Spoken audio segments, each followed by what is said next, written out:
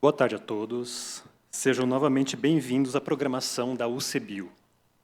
Antes de iniciarmos a nossa programação da tarde, lembramos a todos da gentileza de manter seus aparelhos celulares no modo silencioso. Esta conferência é uma realização da Rede ProUC e da Associação Caatinga, com patrocínio Diamante da Klabin, patrocínio Prata da Caimã Pantanal, Fundação Grupo Boticário de Proteção à Natureza e On Safari, patrocínio Bronze da Três Corações e da Itaipu Nacional. Para o adequado funcionamento deste painel, informamos que o público poderá encaminhar as perguntas aos palestrantes, as quais deverão ser formuladas exclusivamente por escrito, utilizando as folhas disponibilizadas no kit do participante, entregues às auxiliares de sala.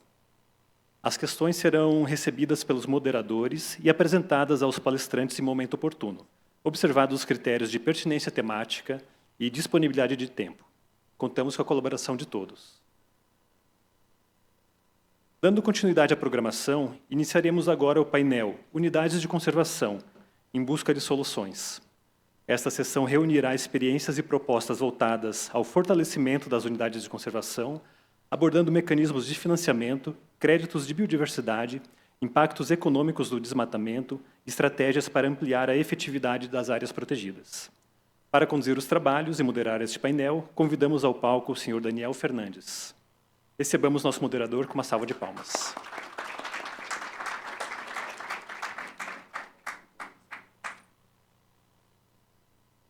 Boa tarde a todos e a todas. Uma satisfação poder moderar esse painel. Nós, da Associação Caatinga, estamos muito contentes de participar da primeira edição da Conferência Nacional de Unidades de Conservação para a Biodiversidade. E o tema que nós vamos abordar aqui com um seleto grupo de palestrantes é extremamente relevante e espero que vocês possam aproveitar. E, sem mais delongas, eu vou dar início ao nosso painel para que a gente possa aproveitar da melhor forma possível e encaminhar também as perguntas que vão surgir ao final da apresentação dos palestrantes. Mas, antes disso, queria só fazer uma menção que o Miguel Milano, como um craque, como um técnico, um líder da conservação, fazendo jus à Copa do Mundo, que está bem próximo de se iniciar, montou para esse painel uma verdadeira seleção de palestrantes. Então, vocês vão poder desfrutar de um tema super importante sobre unidades de conservação, sobre créditos de biodiversidade e sobre exemplos concretos e práticos para que nós possamos ter as nossas unidades de conservação cada vez mais protegidas e, de fato, bem geridas. Inicialmente, quero apresentar o nosso primeiro palestrante, que é o Dr. Gustavo Ribeiro. Gustavo Ribeiro Soares Pinto é pesquisador sênior do CPI PUC-Rio e professor do quadro complementar do Departamento de Economia da PUC-Rio. Lidera estudos sobre o impacto de políticas públicas quanto ao uso da terra, com enfoque em agricultura, infraestrutura e na relação entre energia e desmatamento. Possui doutorado em Economia pela PUC-Rio, com ênfase em desenvolvimento econômico e microeconomia aplicada, mestrado em Engenharia Mecânica pela UFRJ e graduação em Engenharia Mecânica pela PUC-Rio. Seja muito bem-vindo, doutor Gustavo Ribeiro. Por favor, uma salva de palmas.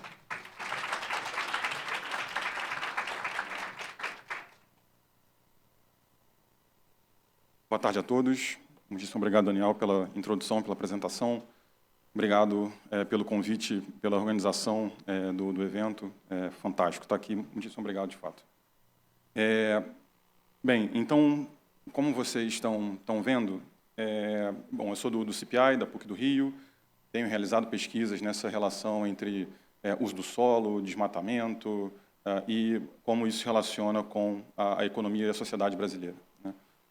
E nessa apresentação aqui, especificamente falando, eu vou falar um pouco sobre como que o desmatamento na Amazônia tem impactado a nossa economia por meio dos rios voadores. E eu vou passar aqui tentando falar o que são os rios voadores, como que isso tem impacto, como que a gente mede isso e qual é o papel das unidades de conservação nesse mecanismo que a gente está encontrando na nossa pesquisa.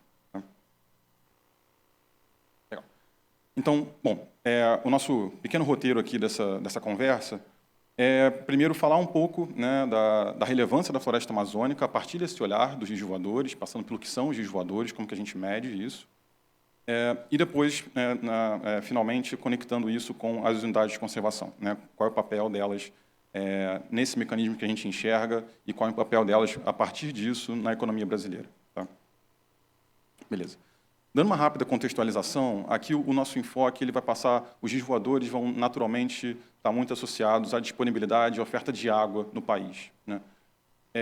E dando um breve contexto, né, aqui para a gente, pode tirar o meu pointer aqui. Legal. Dando só um breve contexto, o Brasil é o país que mais tem água doce no mundo. Em princípio, a gente tem essa dotação, esse dom fantástico.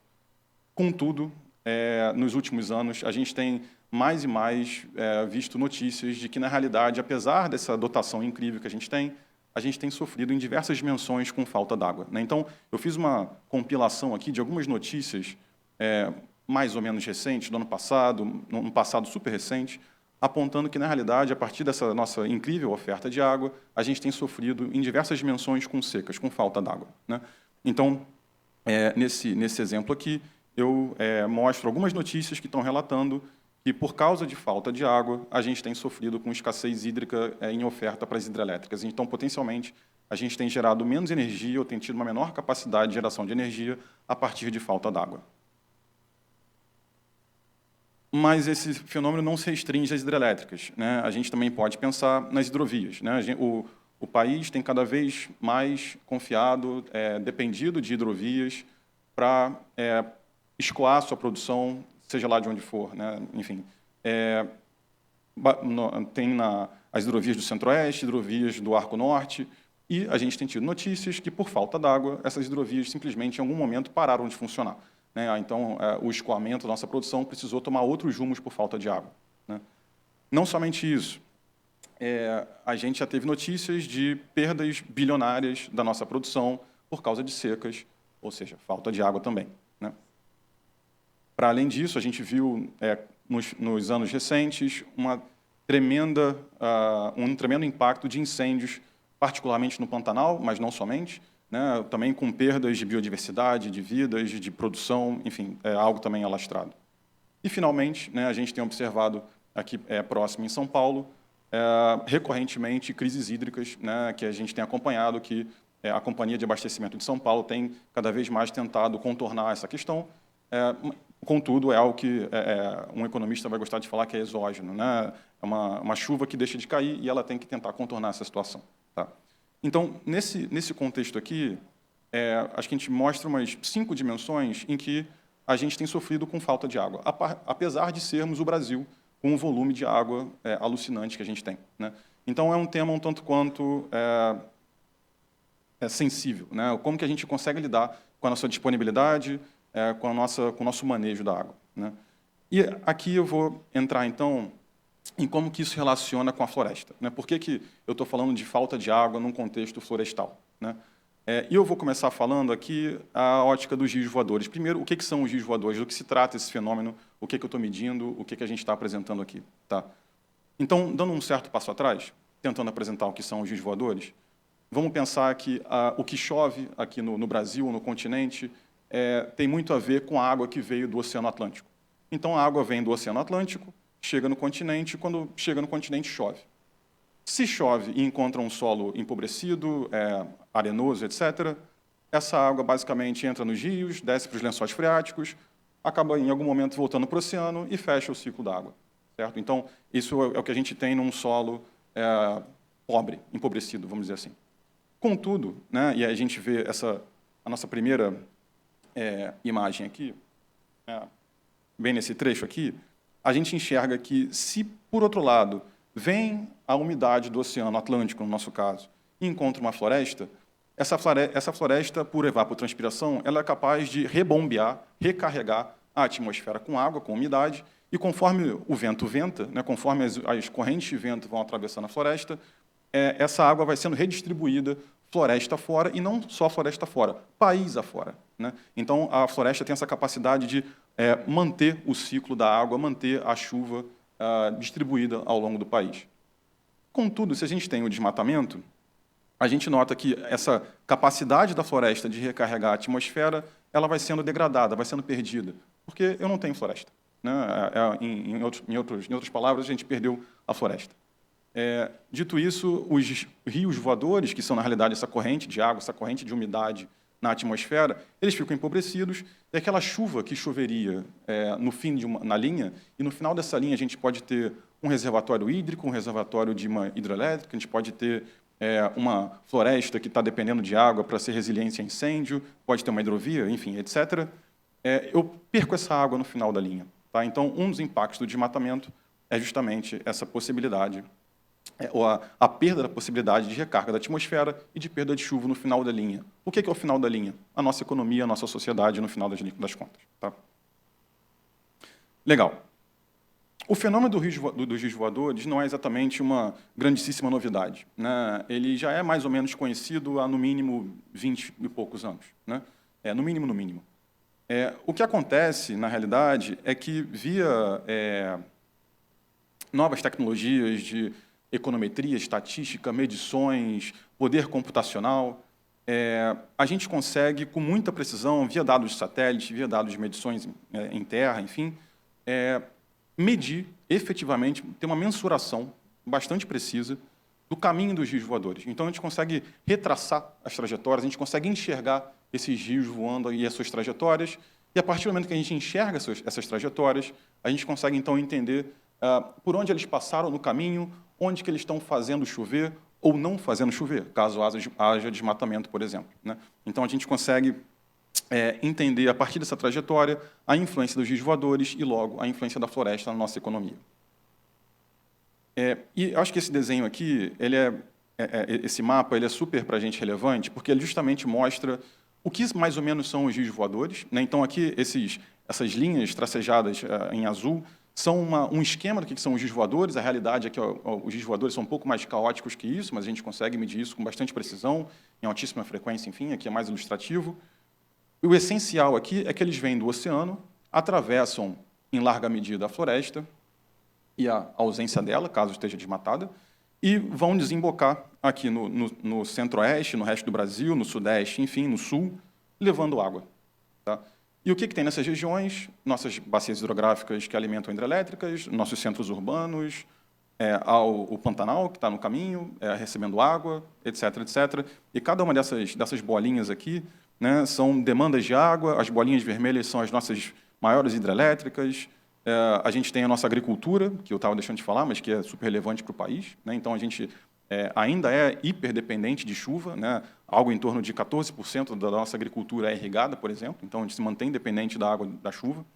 E elas estão embaixo do caminho dos rios voadores, essencialmente. Tá? Então, o panorama que a gente enxerga, o que a gente faz, na realidade, é conseguir medir com uma super precisão, de hora em hora, literalmente, os rios voadores e entender onde que eles fazem chover. Tá? Perfeito. Hidroeletricidade está aqui, e está em negrito, porque os resultados que eu vou apresentar agora do nosso estudo são justamente dos impactos do desmatamento via mecanismo de rios voadores, ou do empobrecimento, do esvaziamento dos rios voadores, nas hidrelétricas. A gente tem alguns resultados, para as outras dimensões, a gente está ainda produzindo esses resultados, já chegou em algumas coisas legais, ou meio tristes, na realidade, mas, enfim, alguns resultados interessantes, mas eu vou me ater aqui às hidrelétricas para a nossa conversa. Tá? Então, o que são esses resultados? A gente selecionou algumas hidrelétricas, a gente começa com Itaipu e Belo Monte, que são as nossas duas maiores hidrelétricas, são a fio d'água. Itaipu é a nossa maior, Belo Monte é a segunda. Elas têm algumas características super interessantes. A primeira, Belo Monte está no coração da Amazônia, né? Está no Pará, ela está incrustada no meio do bioma. Itaipu, por outro lado, está aqui do lado, né? Está no sul do Brasil, a 1.000 quilômetros de distância do bioma. Né? Então, é interessante a gente enxergar esses dados aqui, porque a gente está observando que os rios voadores eles não são um fenômeno retido na Amazônia, né? Retido na floresta. Na realidade, eles influenciam o resto do Brasil e, na prática, não só o Brasil. Né? Outros países aqui da América do Sul também são alimentados por eles. E o que a gente encontra? Se a gente tomar como primeiro enfoque Itaipu, a gente tem uma perda de geração da ordem de 1.400 gigawatts-hora por ano. Eu já vou chegar já o quão grande é esse número, a gente já fala sobre isso. Se eu estou pensando na geração de Itaipu, o quanto que Itaipu gerou, ou deixou de gerar, na realidade, a partir dos rios voadores, se eu sei o preço do elétron, da energia que Itaipu está vendendo, a gente chega no resultado que Itaipu tem perdido, a usina hidrelétrica de Itaipu tem perdido o potencial de geração de hidroeletricidade de aproximadamente 500 milhões de reais por ano, por causa do desmatamento. O desmatamento faz com que pare de chover, essa chuva não chove na bacia hidrográfica que alimenta Itaipu, Itaipu deixa de gerar eletricidade a partir daquela quantidade de chuva que não choveu e deixa de vender potencialmente essa eletricidade e tem uma perda potencial de 500 milhões de reais por ano. O mesmo fenômeno a gente observou o que acontece para Belo Monte.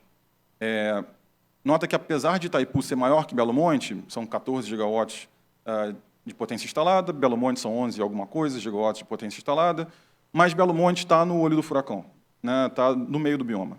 Então, o que a gente enxerga aqui, Belo Monte tem uma perda de potencial de geração da ordem de 2.400 gigawatts, 2.400 gigawatts-hora por ano, e o que leva a uma perda potencial de receita da ordem de 640 milhões de reais por ano.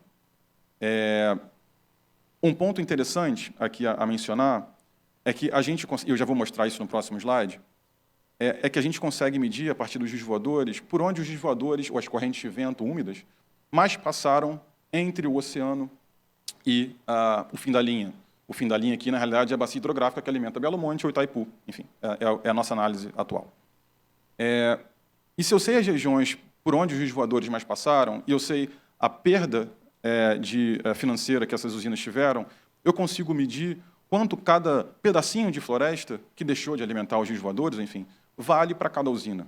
Então, só para dar uma noção, as regiões mais relevantes para Itaipu, regiões essas que alimentam os giros voadores com água, valeriam, a partir dessa ótica, algo em torno de 13 mil reais por quilômetro quadrado. Se eu quisesse comprar essa região, algo assim, fosse a minha ideia.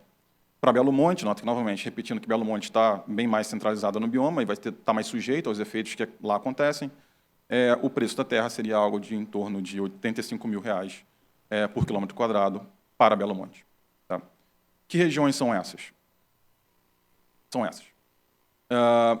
Então, na esquerda, a gente tem Itaipu. Quanto mais azulzinho, quanto mais escuro é o azul que a gente está enxergando, mais valiosa é aquela região para Itaipu. Então, nota que faz um certo sentido, né? Os giros voadores, eles ventam, passam pelo bioma, batem nos Andes, né? Chegam aqui, os Andes fazem a curva e atingem Itaipu, ou a bacia hidrográfica que alimenta Itaipu. Então, quando eles passam bastante por essa região aqui, né? Peru, Bolívia, sul do bioma, até chegar na floresta.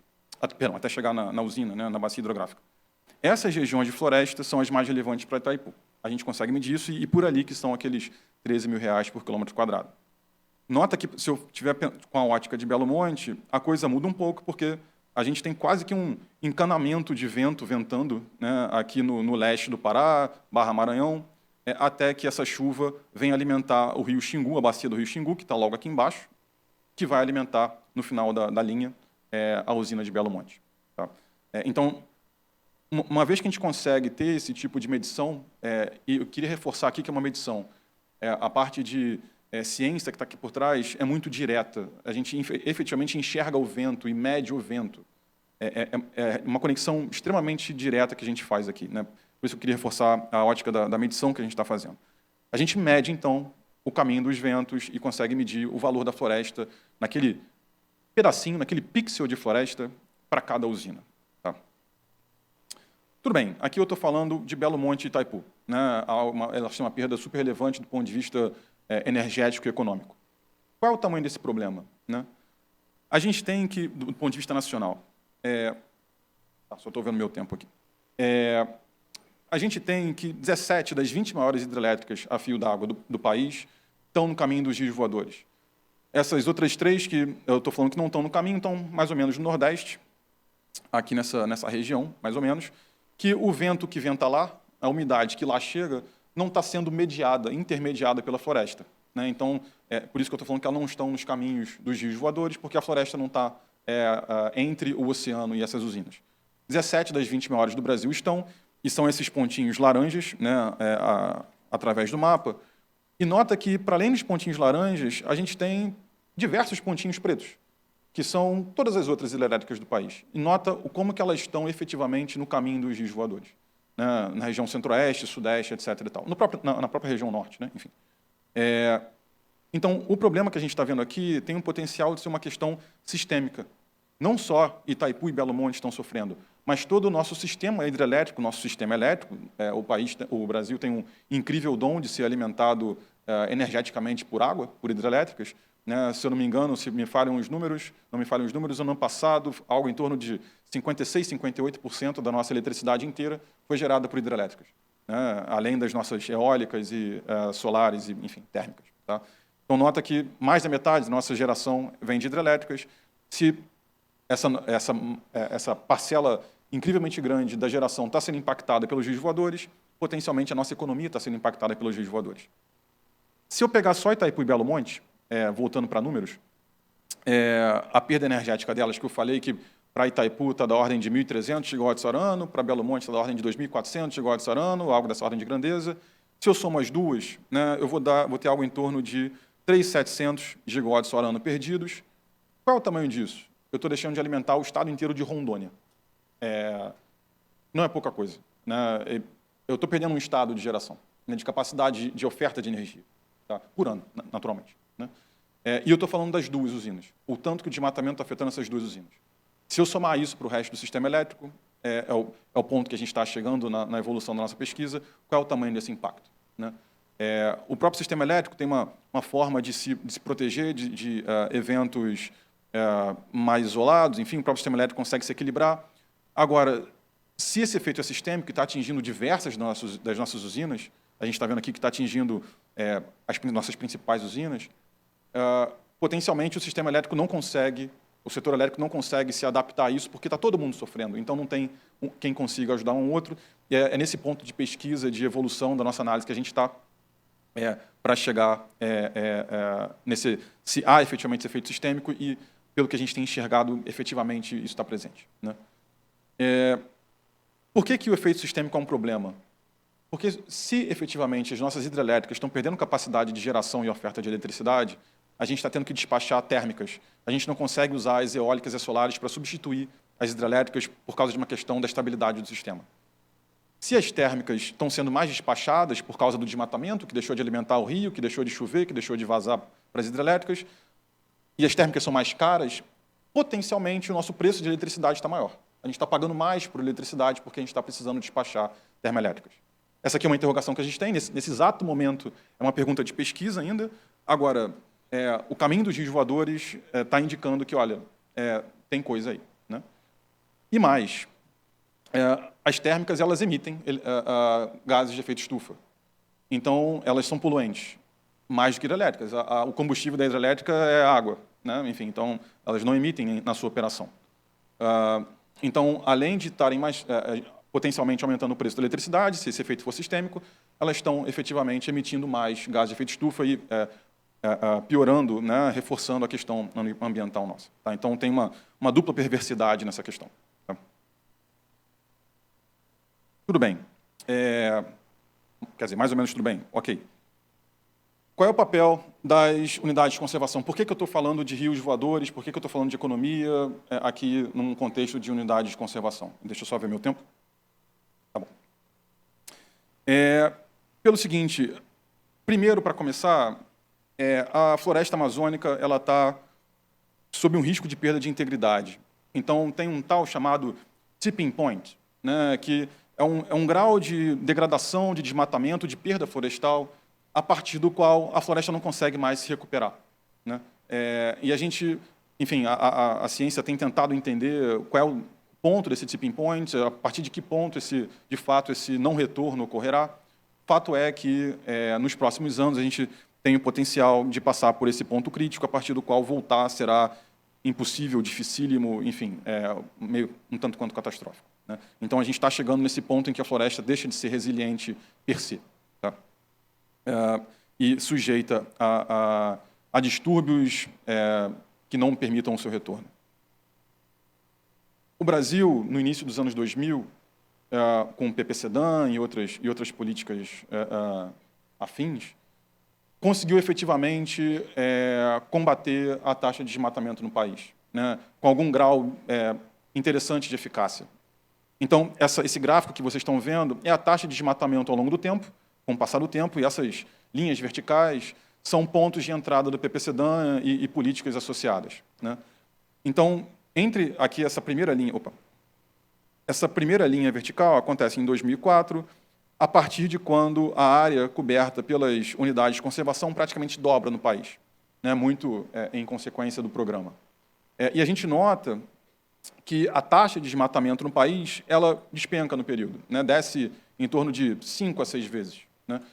Isso tem a ver com as unidades de conservação, tem a ver com um leque de políticas associadas ao PPCDAN, né? Agora, as unidades de conservação estão aqui, né? Exercendo esse papel de proteção, e vale mencionar, né, hoje em dia a substituição da floresta está muito associada à pecuária, uma pecuária de baixíssima produtividade. Vale mencionar que nesse período, entre 2004 e 2012, né, parecido com 2004 e 2014, o PIB agropecuário da região dobrou.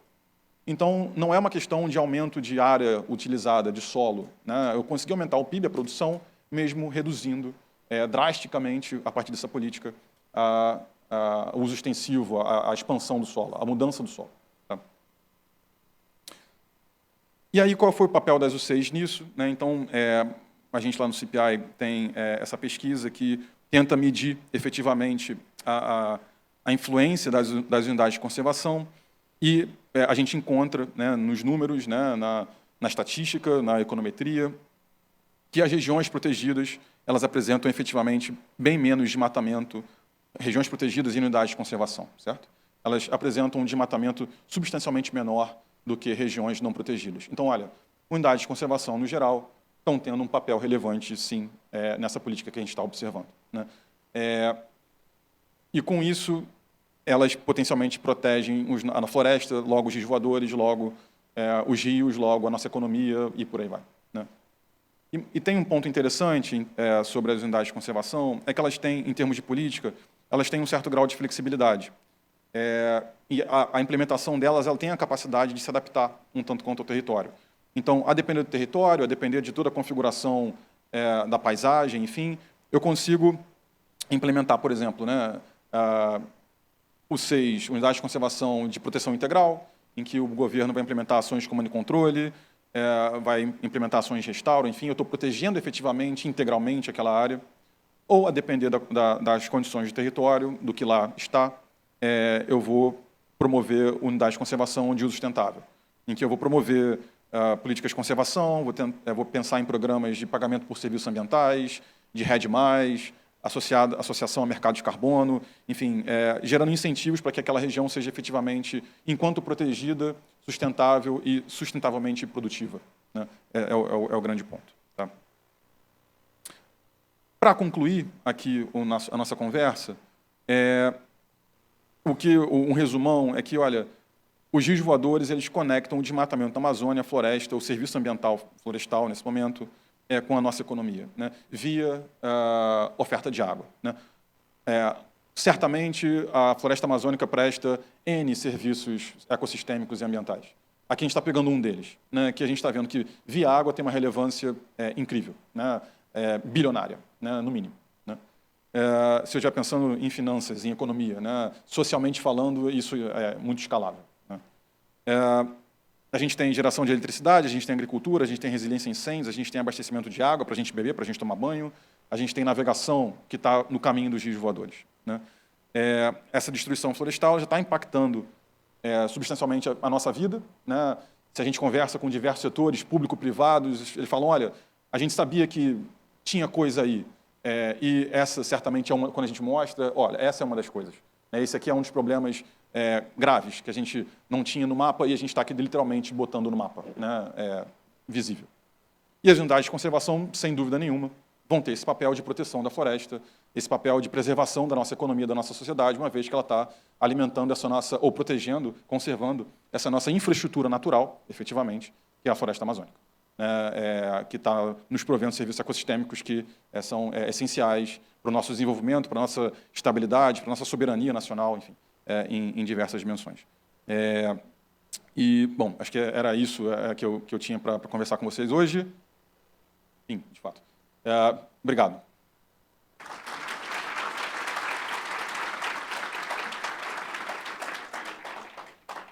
Tiro aqui? Eu fico aqui.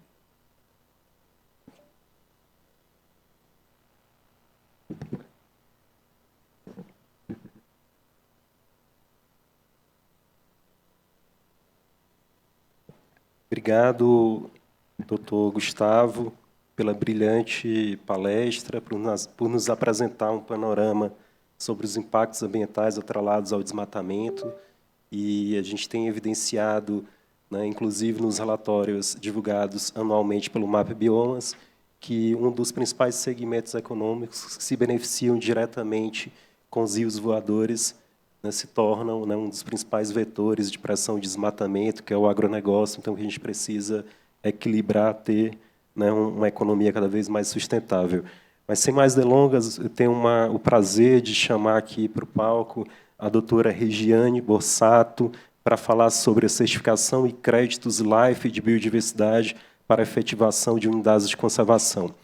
A Regiane é engenheira florestal e doutora em meio ambiente e desenvolvimento, com mais de 2 décadas de atuação em manejo florestal responsável, sustentabilidade corporativa, certificação e métricas de biodiversidade, soma ampla experiência em gestão no terceiro setor, liderando iniciativas que conectam ciência, sociedade e empresas para a conservação da natureza. Por favor, uma salva de palmas para a doutora Regiane.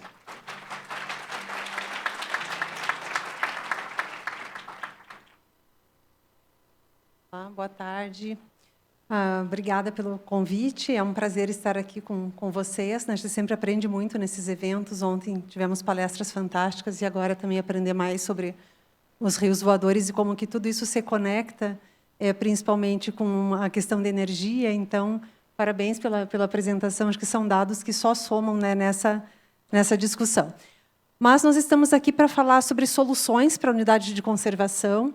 Então, são 2 dias de muitos debates, nos quais ficam muito evidentes todos os desafios que enfrentamos para a manutenção dessas áreas, que prestam um serviço tão importante para a natureza.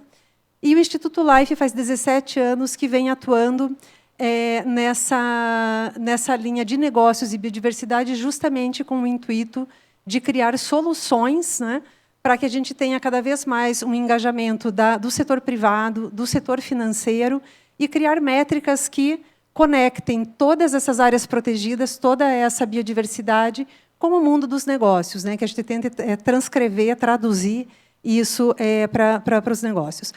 O Instituto LIFE é um instituto técnico de atuação internacional, então, nascido no Brasil, mas de atuação já operacional para toda a América Latina, para toda a União Europeia, em fase final de adaptação para a África, trabalhando, então, com soluções de negócios e biodiversidade já desde 2009.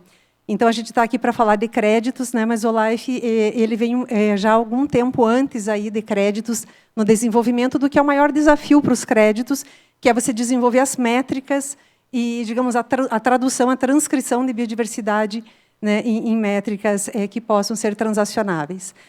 Nós temos um sistema de governança tripartite, acho que isso é interessante, né, que vocês conheçam. Então, o LIFE, todo o sistema de decisão ele é tomado por 1/3 academia, 1/3 sociedade civil e 1/3 de participação, então, das empresas. E, ao longo, então, desses 17 anos, nós fazemos a gestão de comitês técnicos, científicos, realização de pilotos em diferentes setores, em diferentes regiões, em diferentes países, adaptando, então, essas métricas, né, para a realidade local, mas que elas permaneçam num formato, digamos, universal, que elas possam ser utilizadas em qualquer lugar e que a gente consiga entender o que é uma pressão do negócio à biodiversidade, o que é o impacto positivo de uma área protegida para a biodiversidade, numa métrica comunicável, né, mesmo entre países e entre setores. Nós gostamos de usar, quando falo em termos de créditos de biodiversidade, que, como eu comentei, o LIFE, então, até 3 anos atrás, nós trabalhamos no desenvolvimento das métricas e no sistema de certificação de biodiversidade das empresas, na linha de negócios e biodiversidade, mas, há 3 anos, nós traduzimos, então, aproveitamos todo esse arsenal, digamos, técnico-científico, para transformar isso em créditos de biodiversidade. E nós gostamos de utilizar, então, essa definição da Biodiversity Credits Alliance, da qual o LIFE é um dos membros do fórum, né? Que o crédito de biodiversidade ele é um certificado que representa uma unidade positiva em biodiversidade que pode ser verificada por meio de evidências e ações que sejam duráveis, né, e adicionais à legislação. Tá? Então, quando nós falamos do LBC, o Life Biodiversity Credits, então, é essa unidade de desempenho positivo em biodiversidade, usando, então, todas essas métricas e a metodologia do LIFE. A métrica desenvolvida pelo LIFE, que é o DPB, o desempenho positivo em biodiversidade, que, como eu falei, é uma métrica que ela se aplica então a qualquer área protegida, a qualquer grande projeto de conservação, não só no Brasil, mas também é aplicável em outros países, né? Ela tem 2 etapas de aplicação. Então, a primeira, que nós chamamos de Practice-Based, que é uma qualificação técnica do projeto ou da área protegida ou da área de conservação, que então é tudo aquilo que é facilmente identificável no curto prazo. Então, por exemplo, a criação de uma RPPN, a elaboração de um plano de manejo, a implementação do plano de manejo, é tudo aquilo que você consegue avaliar através de... São 16 qualificadores técnicos, né, nessa primeira avaliação, desde o estado de cobertura vegetal da área. Então, nós trabalhamos muito com o conceito de ecorregião, né, lembrando que no Brasil nós temos 6 biomas, 45 ecorregiões terrestres, 8 ecorregiões marinhas. Então, essa adaptação dessas informações é o que o LIFE, com seus comitês técnicos locais, faz, né, para que isso seja, então, traduzido e utilizado numa ferramenta que se chama LifeKey. Então, aqui a gente fala da importância biológica da área, se tem espécies ameaçadas, grau de ameaça das espécies, nível de proteção da área protegida, se essa área protegida é parte de um mosaico. Então, são vários qualificadores técnicos que a gente chama assim, de practice-based de curto prazo. Tá?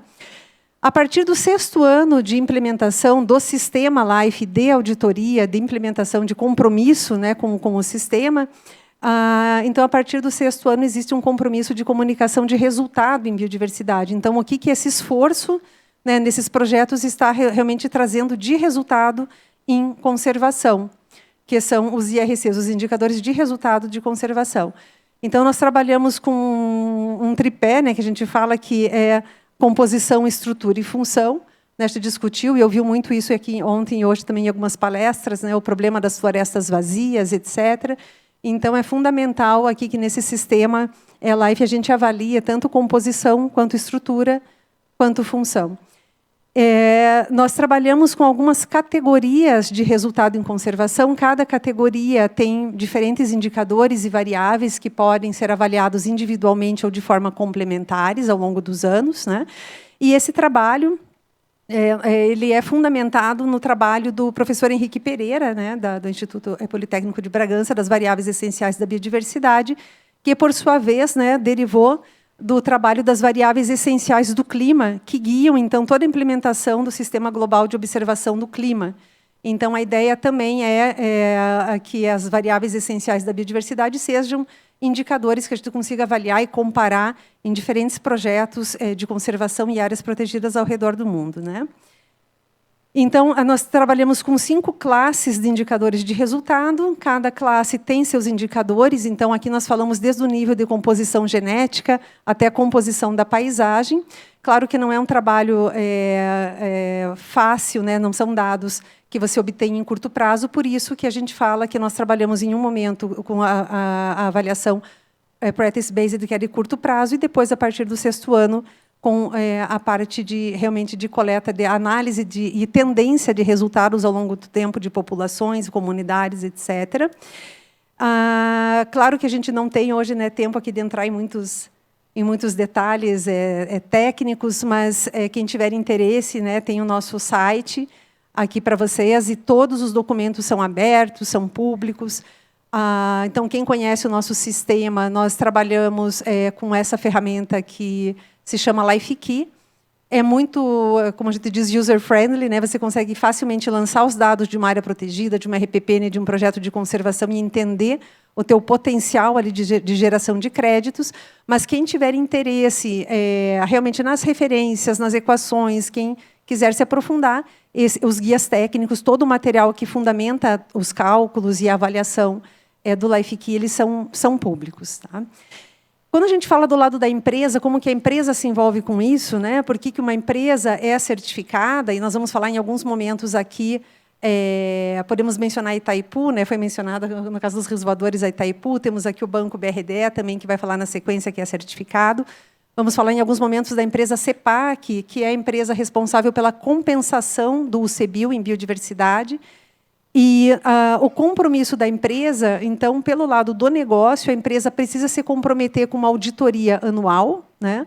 Porque no sistema LIFE é obrigatório que a empresa faça o balanço em biodiversidade. Então, cada unidade de negócio, então, independente do número de unidades de negócio, por unidade de negócio, a empresa precisa calcular a pressão, o impacto negativo na natureza, através de 5 drivers de perda de biodiversidade, que permitem também a gente ter um índice, que é o índice de pressão à biodiversidade. E isso, para nós, é uma referência, porque, conforme a escala desse índice de pressão, mais créditos ou mais pontuação, mais projetos essa empresa precisa apoiar e comprovar esse apoio, né, para que ela seja certificada. Então, existe, por um lado, o cálculo da pressão à biodiversidade, existe um mínimo, e quando a empresa tem esse desempenho positivo, ela pode ser certificada. E esse cálculo ele leva em conta, então, como eu falei, são 5 grandes drivers de pressão à biodiversidade, né? Então, desde energia, consumo de energia, consumo de água, ocupação de área, etc. E o importante é que esse cálculo de impacto ele leva em conta as condições do ecossistema local. Então, quando a gente fala em área, a gente está falando também, o sistema do LIFE ele leva em conta a fragilidade da ecorregião. Quando a gente fala em consumo de água, a gente leva em conta a escassez hídrica da região. Então, a gente alimenta todos os dados, né, para que, quando a empresa lança os dados, o sistema corresponda à realidade e à pressão exercida naquele local. Os créditos do LIFE, hoje, eles são já reconhecidos, né, em diversos estudos. E aqui nós temos um dos trabalhos, que é uma publicação da Bloom Labs, é uma das mais recentes. E existem várias iniciativas, né, é importante mencionar que, como vocês vêm observando, é um assunto muito novo. Então, você tem diferentes tipos de iniciativas, algumas focadas em espécie, algumas focadas num país, numa ecorregião. O LIFE ele já é universal, né? Então, como eu comentei, a gente leva em conta os dados de cada país, de cada região, mas a gente trabalhou sempre num formato em que você consiga comparar isso de forma que, por exemplo, uma empresa certificada na Europa, que tenha o supply chain relacionado aqui com o Brasil, eu estava discutindo isso há pouco com o Daniel, então, dando um exemplo ali do Ceará. Então, uma empresa ela pode estar na Europa e compensar comprando créditos aqui do Brasil, e isso também permite com que a empresa faça essa análise do impacto à biodiversidade, não só na unidade de negócio, mas em todo o supply chain. Aqui é um trabalho, então, da Bloom Labs, né, situando o LIFE, então, entre as principais hoje iniciativas de créditos de biodiversidade e destacando a robustez no sistema de tempo de operação, né, de maturidade do processo, auditorias de terceira parte.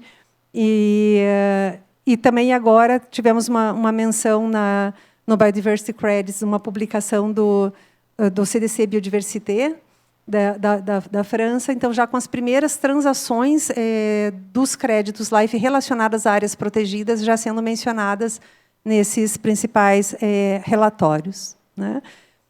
Temos, como eu falei, a gente tem trabalhado muito nessa expansão, o LIFE ele começou no Brasil, então, estamos operacionais hoje para toda a América Latina, toda a União Europeia, e finalizando o processo de adaptação para a África. E isso é importante, né? Aqui só alguns eventos que a gente participou há 2 semanas atrás em Portugal, a convite também de vários eventos falando de incentivos financeiros para a conservação, e as discussões que a gente tem tido com esses países e com essas empresas é justamente que a empresa entenda reconheça, né, o impacto, mensure o impacto, busque a certificação, e aí os créditos entram nessa cadeia. Então, a ideia aqui é que trazer, né, esse instrumento como um potencial enorme de aporte de recurso em áreas protegidas, né, e, de uma forma geral, em unidades de conservação. De novo, reforçando que o LIFE é um instituto técnico sem fins lucrativos, né? Nós somos um organismo normalizador, então o nosso papel é coordenar os comitês técnicos, científicos, a gestão das normas, a gestão e desenvolvimento dos softwares. Nós fazemos auditoria nos organismos certificadores, né? Então tem todo um sistema, um arcabouço técnico que precisa ser obedecido de acordo com diretrizes internacionais de acreditação de terceira parte. Temos uma rede de consultores especializados, treinados para aplicar a norma tanto em áreas protegidas quanto em empresas, e uma rede de organismos certificadores credenciados, né? Então, a mensagem que a gente quer passar é que, realmente, os créditos de biodiversidade eles vêm como um forte instrumento para a efetivação e manutenção de unidades de conservação, e que isso possa ser utilizado da melhor forma, né? A gente ouve muitos, claro, sempre tem, né, os céticos ou os críticos, como temos até hoje com o mercado de carbono, mas acho que, independente de qualquer dúvida que ainda paire no ar, eu acho que é um mercado sem volta, né? A gente vê assim que cada vez se fala mais no assunto, então é um sistema que se fortalece. A cada nova negociação, a cada nova comercialização, é um sistema que se fortalece. E a nossa posição é que, se a gente fala tanto da externalidade ambiental como um problema, né, o quanto que a gente costuma deixar sempre a natureza de fora das equações, então que a gente entenda que o crédito de biodiversidade é uma forma de internalizar a natureza, né? Então, assim, a gente trazer, quando a gente tem um instrumento econômico que está olhando para a natureza, está olhando para a área protegida, né, e ele serve como um instrumento para que essa troca aconteça, então, acho que isso deve ser visto com muito bons olhos, assim, como uma oportunidade, realmente, para fazer conservação em áreas protegidas, né? Aqui alguns exemplos, eu não vou me aprofundar muito nesse caso aqui, porque nós temos o palestrante, o Paulo Stark, do banco, do BRDE, que vai falar mais sobre esse assunto, mas é um grande programa já de créditos de biodiversidade do Estado do Paraná, em parceria com o banco e a CDEST e CIMEPAR, aqui, nesse caso, favorecendo RPPNs, né, através de uma parceria da CDEST com o IAT e com o Banco Regional de Desenvolvimento do Extremo Sul.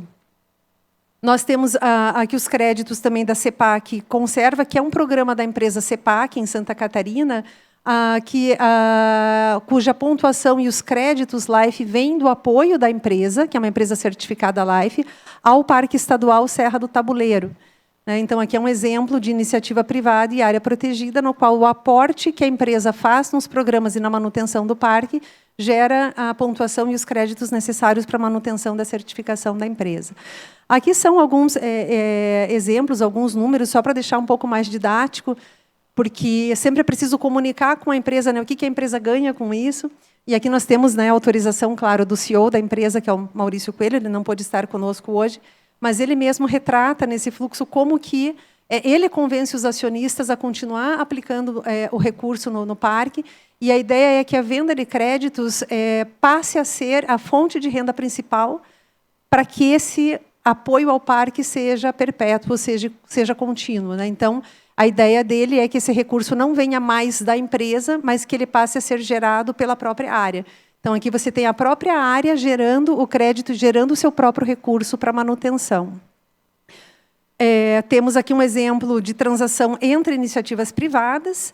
Foi uma negociação entre a SPVS, créditos auditados, créditos certificados da reserva da RPP Neguaricica, com o complexo de saúde, o Pequeno Príncipe, né, então, onde nós temos todo um complexo na área de saúde, com hospital, laboratórios e faculdade.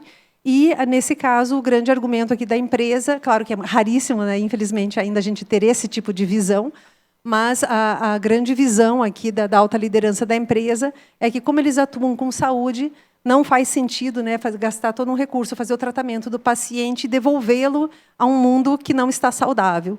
Então, eles passaram a internalizar o conceito de saúde planetária dentro da política da empresa, e, nesse conceito de saúde planetária, contribuir com a saúde, né, do planeta e com as unidades de conservação passa a ser parte da missão da empresa, e, com isso, eles estão buscando a certificação LIFE e já anteciparam a compra de um primeiro lote de créditos da RPPN.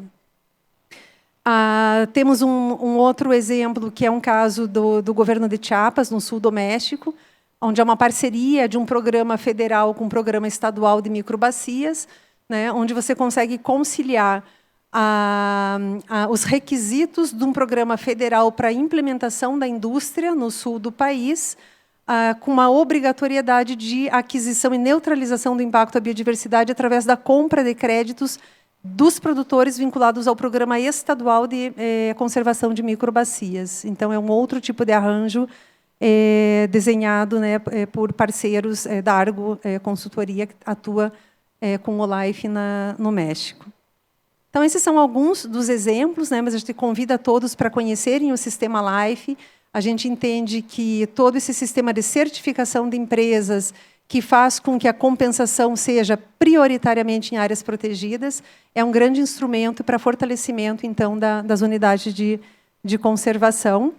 E eu gostaria de aproveitar, então, o momento e, primeiro, agradecer aqui a Ângela, o Miguel Milano e, né, todos os organizadores do evento. O CBio foi um enorme parceiro no desenvolvimento da regra LIFE para eventos. Então, eu anuncio aqui em primeira mão para vocês o lançamento, né, aqui fica o QR Code. Aproveitamos o evento para lançar aqui a regra LIFE para eventos, né, e temos, então, convidamos a todos depois, porque no encerramento, né, o CBio vai ser premiado, vai receber esse certificado do organismo certificador, mas, então, vocês têm a honra aqui de estar no primeiro evento do mundo neutro em biodiversidade.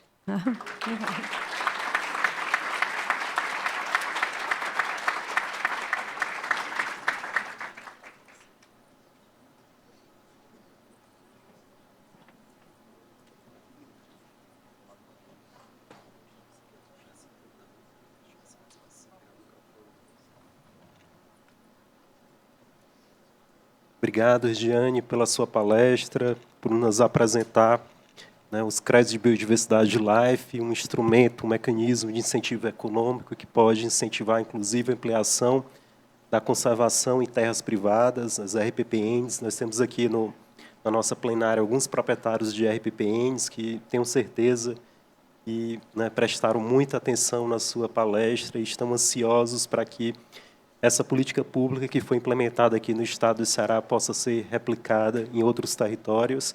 Como a gente falou antes, né, vamos tentar levar para o Ceará, né, e a gente está à disposição também para replicar isso em outros locais, especialmente em territórios da Caatinga. E obrigado também, né, ao Gustavo e à Regiane por terem cumprido rigorosamente aqui o tempo da apresentação. Isso vai facilitar, inclusive, para que nós tenhamos mais perguntas, né, respondidas, né, da plateia, e vai dar mais dinamismo para o nosso painel. Então, dando seguimento, nós vamos ter a terceira palestra intitulada de Iniciativa IAT CEDEST BRDE para o financiamento de RPPNs via créditos de biodiversidade. Eu tenho a honra de convidar o senhor Paulo Stark. O Paulo Stark é contador formado na Universidade Estadual de Ponta Grossa e mestre em Ciências Contábeis pela Universidade Federal do Paraná. É especialista em administração pela Faculdade Católica de Administração e Economia. É superintendente do Banco Regional de Desenvolvimento do Extremo Sul, o BRDE, para os estados do Paraná e Mato Grosso do Sul.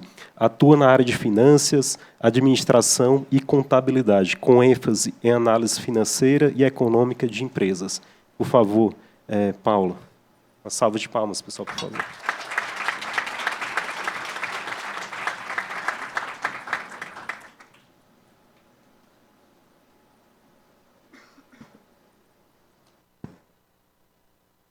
Boa tarde a todos.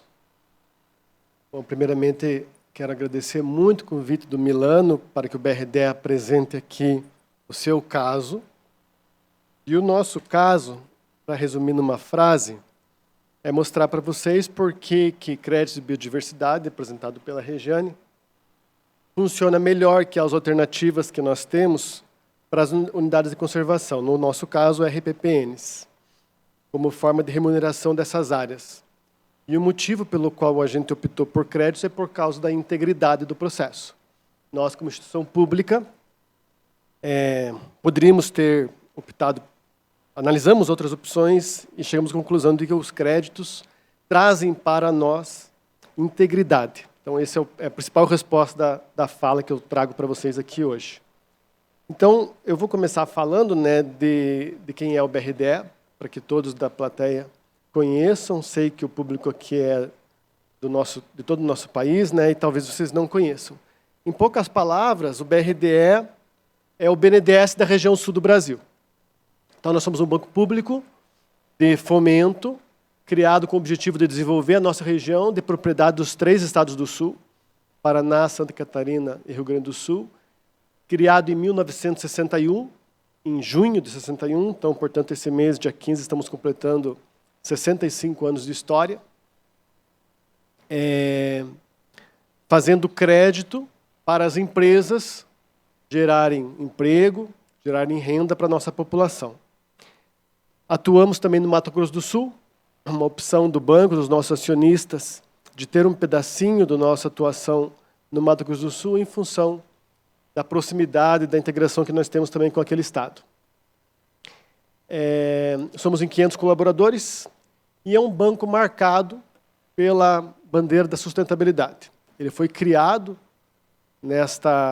com essa ênfase de fazer promoção ao desenvolvimento sustentável e, aos pouquinhos, né, especialmente a partir da década de 90, incorporou também a sustentabilidade ambiental nas suas práticas. Ano passado, nós financiamos 5,6 bilhões de reais em 17.880 projetos. Então, são 17.880 empreendedores do sul do Brasil e do Mato Grosso do Sul que foram atendidos com recursos de longo prazo do BRDE para implementarem seus projetos. E 79% dos projetos que o banco financiou atendem, de alguma forma, os objetivos do desenvolvimento sustentável. O BRDE faz essa métrica por mecanismo próprio e a gente prioriza os projetos que nos são apresentados, que recebemos como demanda, se eles atendem os objetivos do desenvolvimento sustentável.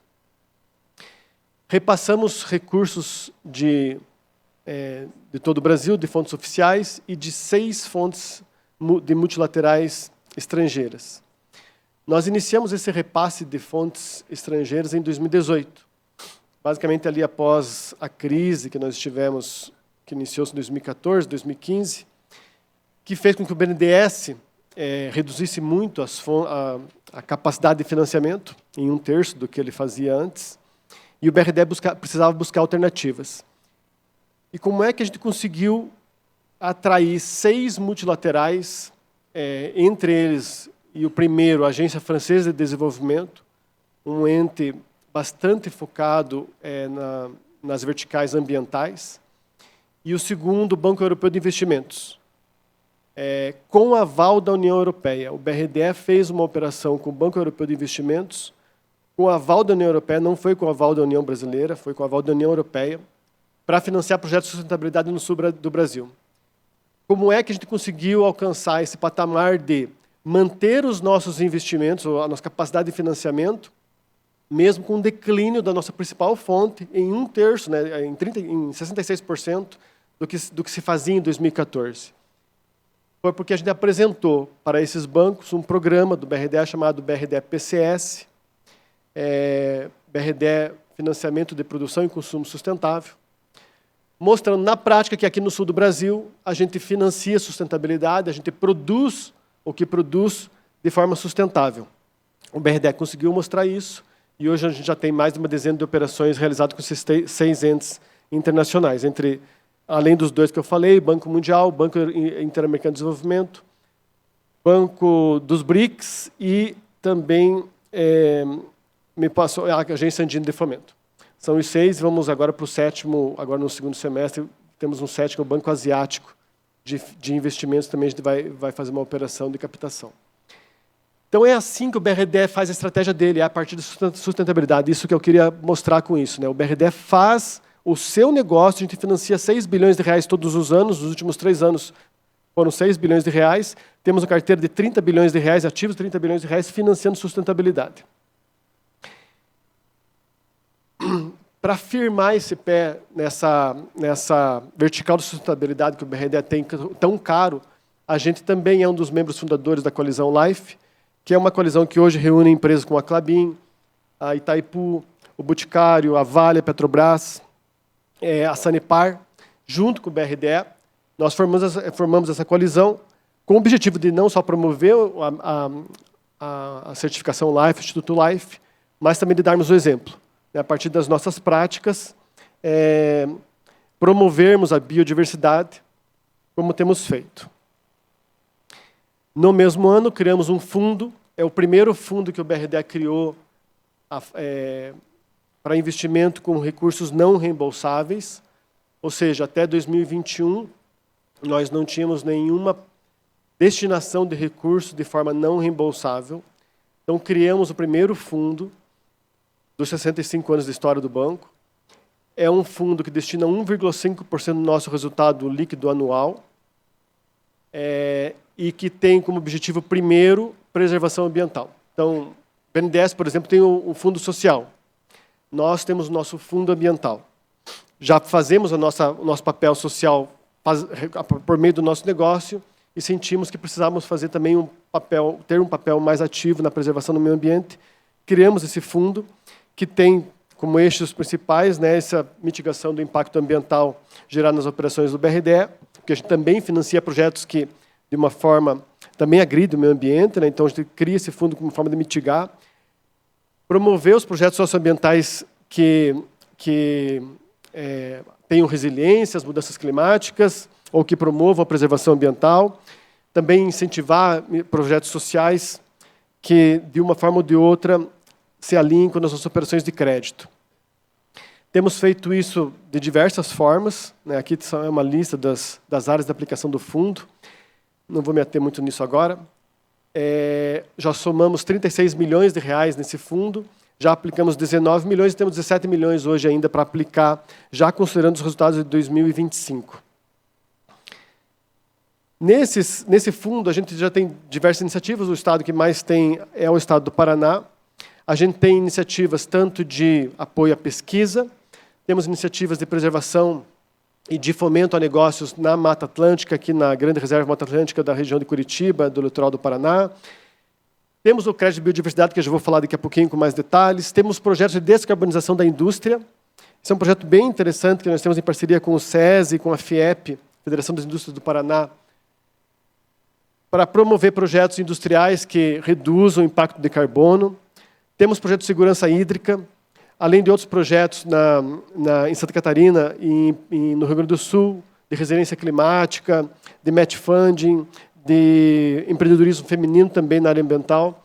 São algumas iniciativas do Fundo Verde que eu apresento para vocês. Por estado, nossa divisão das aplicações é 7,5 milhões no Paraná, 7 milhões em Santa Catarina e 4.700 já investidos lá no Rio Grande do Sul, ou divulgados. E aí entra o nosso papel nos créditos de biodiversidade e como a gente tem feito esse apoio às unidades de conservação aqui paranaenses. Bom, a primeira coisa a falar para vocês é que nós precisávamos primeiro, antes de partir para a ação externa, ser certificados também. Então, a gente, quando fundou a Coalizão Life, a primeira ação nossa foi entender bem o processo e buscar a própria certificação, para que nós pudéssemos também dizer que internamente o BRDE faz o seu papel. Mas não é só dizer para fora, é especialmente dizer para dentro. Porque com 500 colaboradores, uma instituição pública de 3 donos, com administração matricial, relativamente descentralizada, como é que a gente faz para envolver todos numa bandeira nova do banco, antiga e forte e sólida nos seus fundamentos em relação à sustentabilidade, mas que agora com um viés ambiental mais forte, destinando recursos a fundo não reembolsáveis, a fundo perdido, a projetos selecionáveis por forma de digital. Como a gente envolvia as pessoas da organização, os nossos 500 colaboradores. Uma forma muito prática é buscar uma certificação. E aí a certificação LIFE traz para nós as ferramentas de convencimento interno, de gestão, de entendimento daquilo que a gente faz de melhor, porque na nossa missão institucional, quando a gente foi criado em 61, o BRDE, enquanto banco, antes de ser banco, ele deve pensar o planejamento do desenvolvimento. Consta na nossa missão que a gente deve planejar o desenvolvimento da região sul, dos estados onde a gente atua. A gente deve apoiar institucionalmente as empresas e os nossos parceiros nas suas ações de desenvolvimento. E, por fim, financiar. Então, o crédito ele é como a gente faz negócio, é onde a gente realiza a nossa missão institucional, mas antes de fazer crédito, nós temos outras missões, que é de planejar e apoiar. E muitas vezes a gente faz isso, só que isso a gente não vê resultado algum. A gente, por exemplo, é membro de um movimento, o Movimento Viva a Água, que a gente dedica a esse movimento horas dos nossos funcionários. Então, são os nossos funcionários participando com outras empresas, Fundação Boticário e outras empresas, no movimento para a preservação da bacia hidrográfica do Miringuava. Da bacia do Miringuava, que é um rio que abastece a região de Curitiba. Como é que eu transformo isso em dados para mostrar para os meus gestores, para mostrar para a diretoria do banco e para mostrar para todos os colaboradores que isso vale a pena? A gente não sabia até ter a certificação. A certificação proporcionou uma forma de a gente enxergar o quanto que essa nossa ação voluntária do banco, e ao mesmo tempo importante, porque faz parte da nossa missão institucional de apoiar movimentos, né, apoiar iniciativas de preservação e de desenvolvimento. A certificação mostra para a gente o quanto pesa no nosso impacto positivo da biodiversidade. Então, isso já foi um ganho não esperado, bem relevante da certificação, além de todo esse processo de diálogo interno. Então, para muito além de poder dizer que hoje nós somos certificados, tem todo um processo interno para a instituição que é muito relevante. Então, a Agência do Paraná foi a primeira certificada e agora, nesse mês, a gente acabou de anunciar a certificação da nossa agência lá no Rio Grande do Sul, que é a nossa maior unidade. A gente tem 300 funcionários. Aqui no Paraná nós temos 100 funcionários, lá no Rio Grande do Sul nós temos 300. A nossa sede administrativa fica lá. Então, a nossa sede hoje também já está certificada e a nossa agência em Florianópolis está em processo de certificação, também com previsão para concluir esse ano. E a agência do Paraná já está em processo de recertificação, né, de nova certificação de renovação daquilo que publicamos 2 anos atrás. Então, um pouquinho do nosso processo de certificação aqui, com o nosso ciclo previsto já até 2030, como forma de mostrar para todos aí o que o BRD tem feito. Bom, esse processo todo de colocar o pé na biodiversidade, na coalizão LIFE, e de firmar o BRD com um fundo verde e como o primeiro banco verde do Brasil a ter ações concretas com essa bandeira, tem feito com que a gente apareça muito mais nesses fóruns, colha o resultado, como eu falei, dos nossos fundos, dos nossos parceiros internacionais, permitiu que a gente mantivesse as nossas aplicações em montantes e não caíssemos as nossas aplicações, diferente de outros bancos do Brasil, e projetou a gente internacionalmente. E aí eu tenho que destacar aqui o nosso controlador, o Estado do Paraná, que dos nossos 3 estados é com quem a gente dialoga mais fácil nessas bandeiras, né? E temos várias ações em parceria com eles, e a que eu vim apresentar hoje para vocês é uma delas. Lá na COP da Colômbia, o Estado do Paraná lançou essa parceria, em conjunto com o BRD, uma cooperação nossa, para destinar recursos do Fundo Verde e do Estado do Paraná para as RPPNs aqui do Estado. Então, lançamos isso lá na COP. Lá na COP também o BRD teve reconhecimento do seu Fundo Verde como um instrumento efetivo, né, e eficaz de preservação da biodiversidade. E o que é essa parceria que nós lançamos? Então, é um edital, um chamamento que a gente fez, onde o Estado se compromete a arcar com os custos das certificações de até 20 RPPNs do Estado do Paraná. Nós temos aqui no Estado quase 400 RPPNs, entre 300 e 400. Optamos por fazer certificação de propriedades de pessoas físicas, excluímos as PJs, por todo um processo que cabe aqui às instituições públicas de facilitação do processo. Tínhamos como meta, então, selecionar 20 RPPNs E, por fim, eu só vou pular aqui 2 slides, depois eu volto para esse daqui, para falar do preço. Por fim, um slide. Por fim, selecionamos 7. Aqui nós já tivemos o primeiro problema, né? Porque a gente tinha como meta 20 e conseguimos apoiar 7. A gente tem algumas hipóteses para que isso tenha acontecido. Uma delas é a divulgação do projeto. Instituições públicas têm uma certa dificuldade na divulgação das suas iniciativas. Os editais nem sempre chegam a todos os que podem ser beneficiados, né? O fato é que a gente não conseguiu atingir nossa meta. Mas não é a única hipótese. Talvez algumas questões tenham dificultado, né? Por exemplo, formalidade dessas RPPNs. O quanto que os proprietários delas atendiam a todos os requisitos dos nossos editais, porque somos banco público, e aí exigimos certidões negativas, exigimos ausência do cadastro positivo do Estado do Paraná, ausência nos cadastros positivos da União.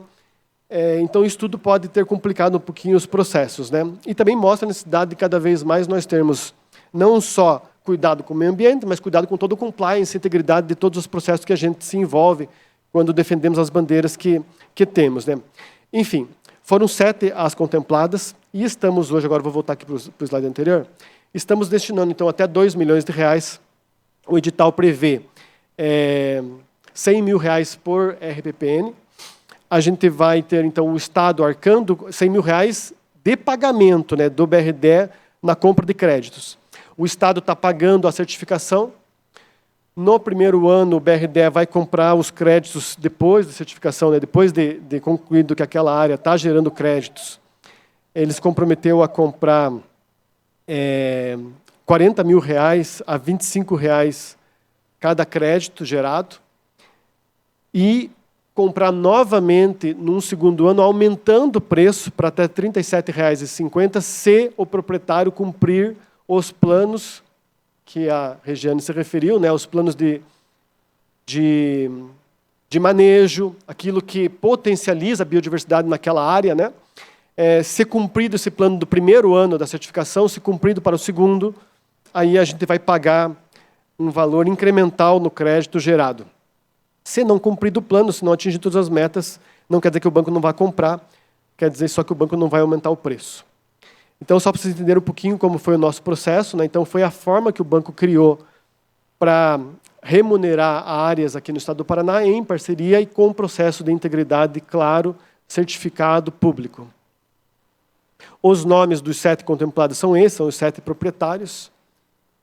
Espero que a gente tenha tido sucesso, né, do ponto de vista da sociedade, né? Do nosso ponto de vista, faltou a gente chegar a 20, mas que esses 7 sejam um primeiro passo, né, um exemplo para que a gente possa, no segundo momento, avançar mais e fazer mais por essas RPPNs aqui do nosso Estado. Enfim, era esse a nossa apresentação para vocês. Depois eu fico disponível para responder dúvidas.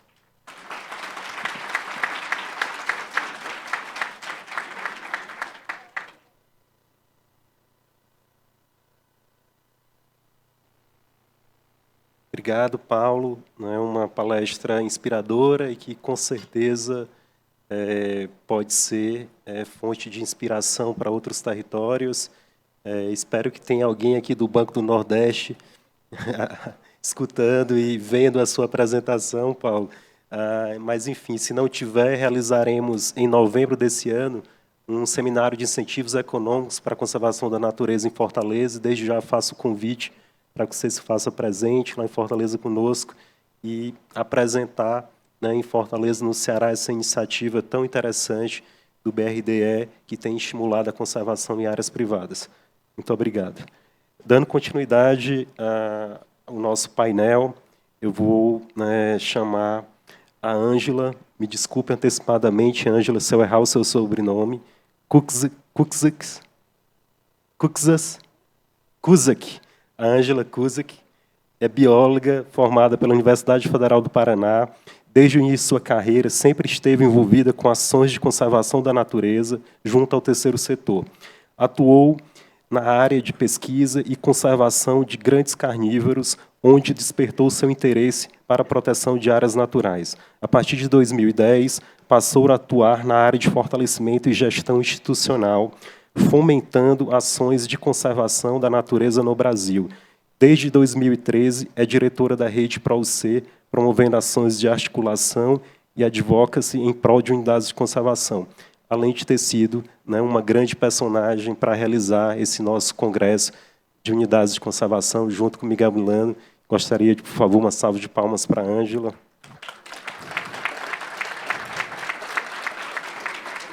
Obrigado, Ângela. Boa tarde a todos. Muito obrigada pela presença, obrigada por estarem prestigiando o evento, em primeiro lugar. Em nome da Rede ProUC, gostaria de agradecer. Estamos muito felizes por estar aqui.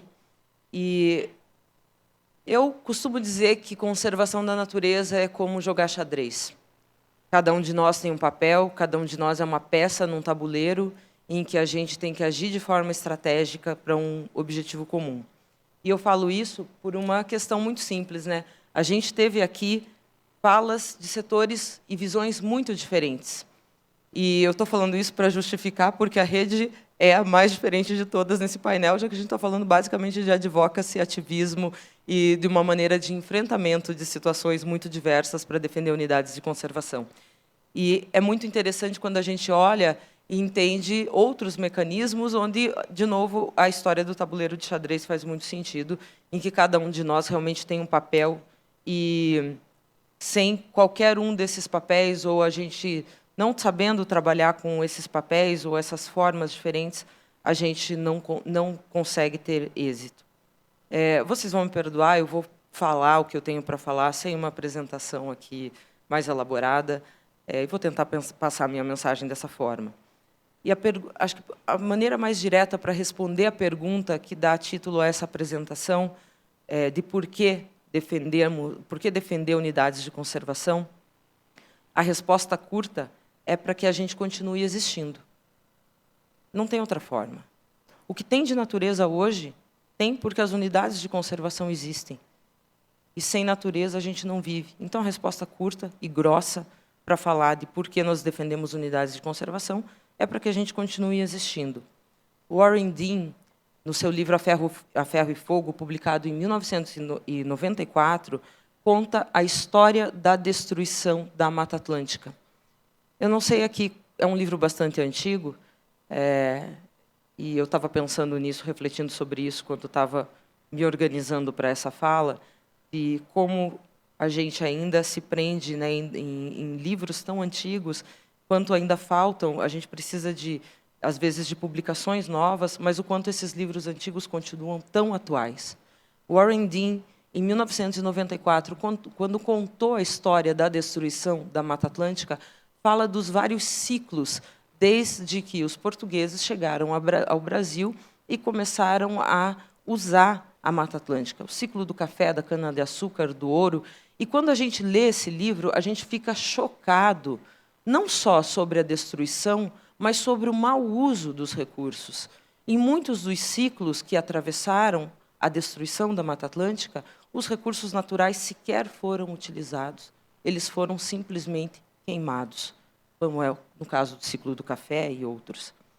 Mas o mais assustador é que, quando a gente olha para o Brasil hoje, a gente vê a mesma coisa acontecendo.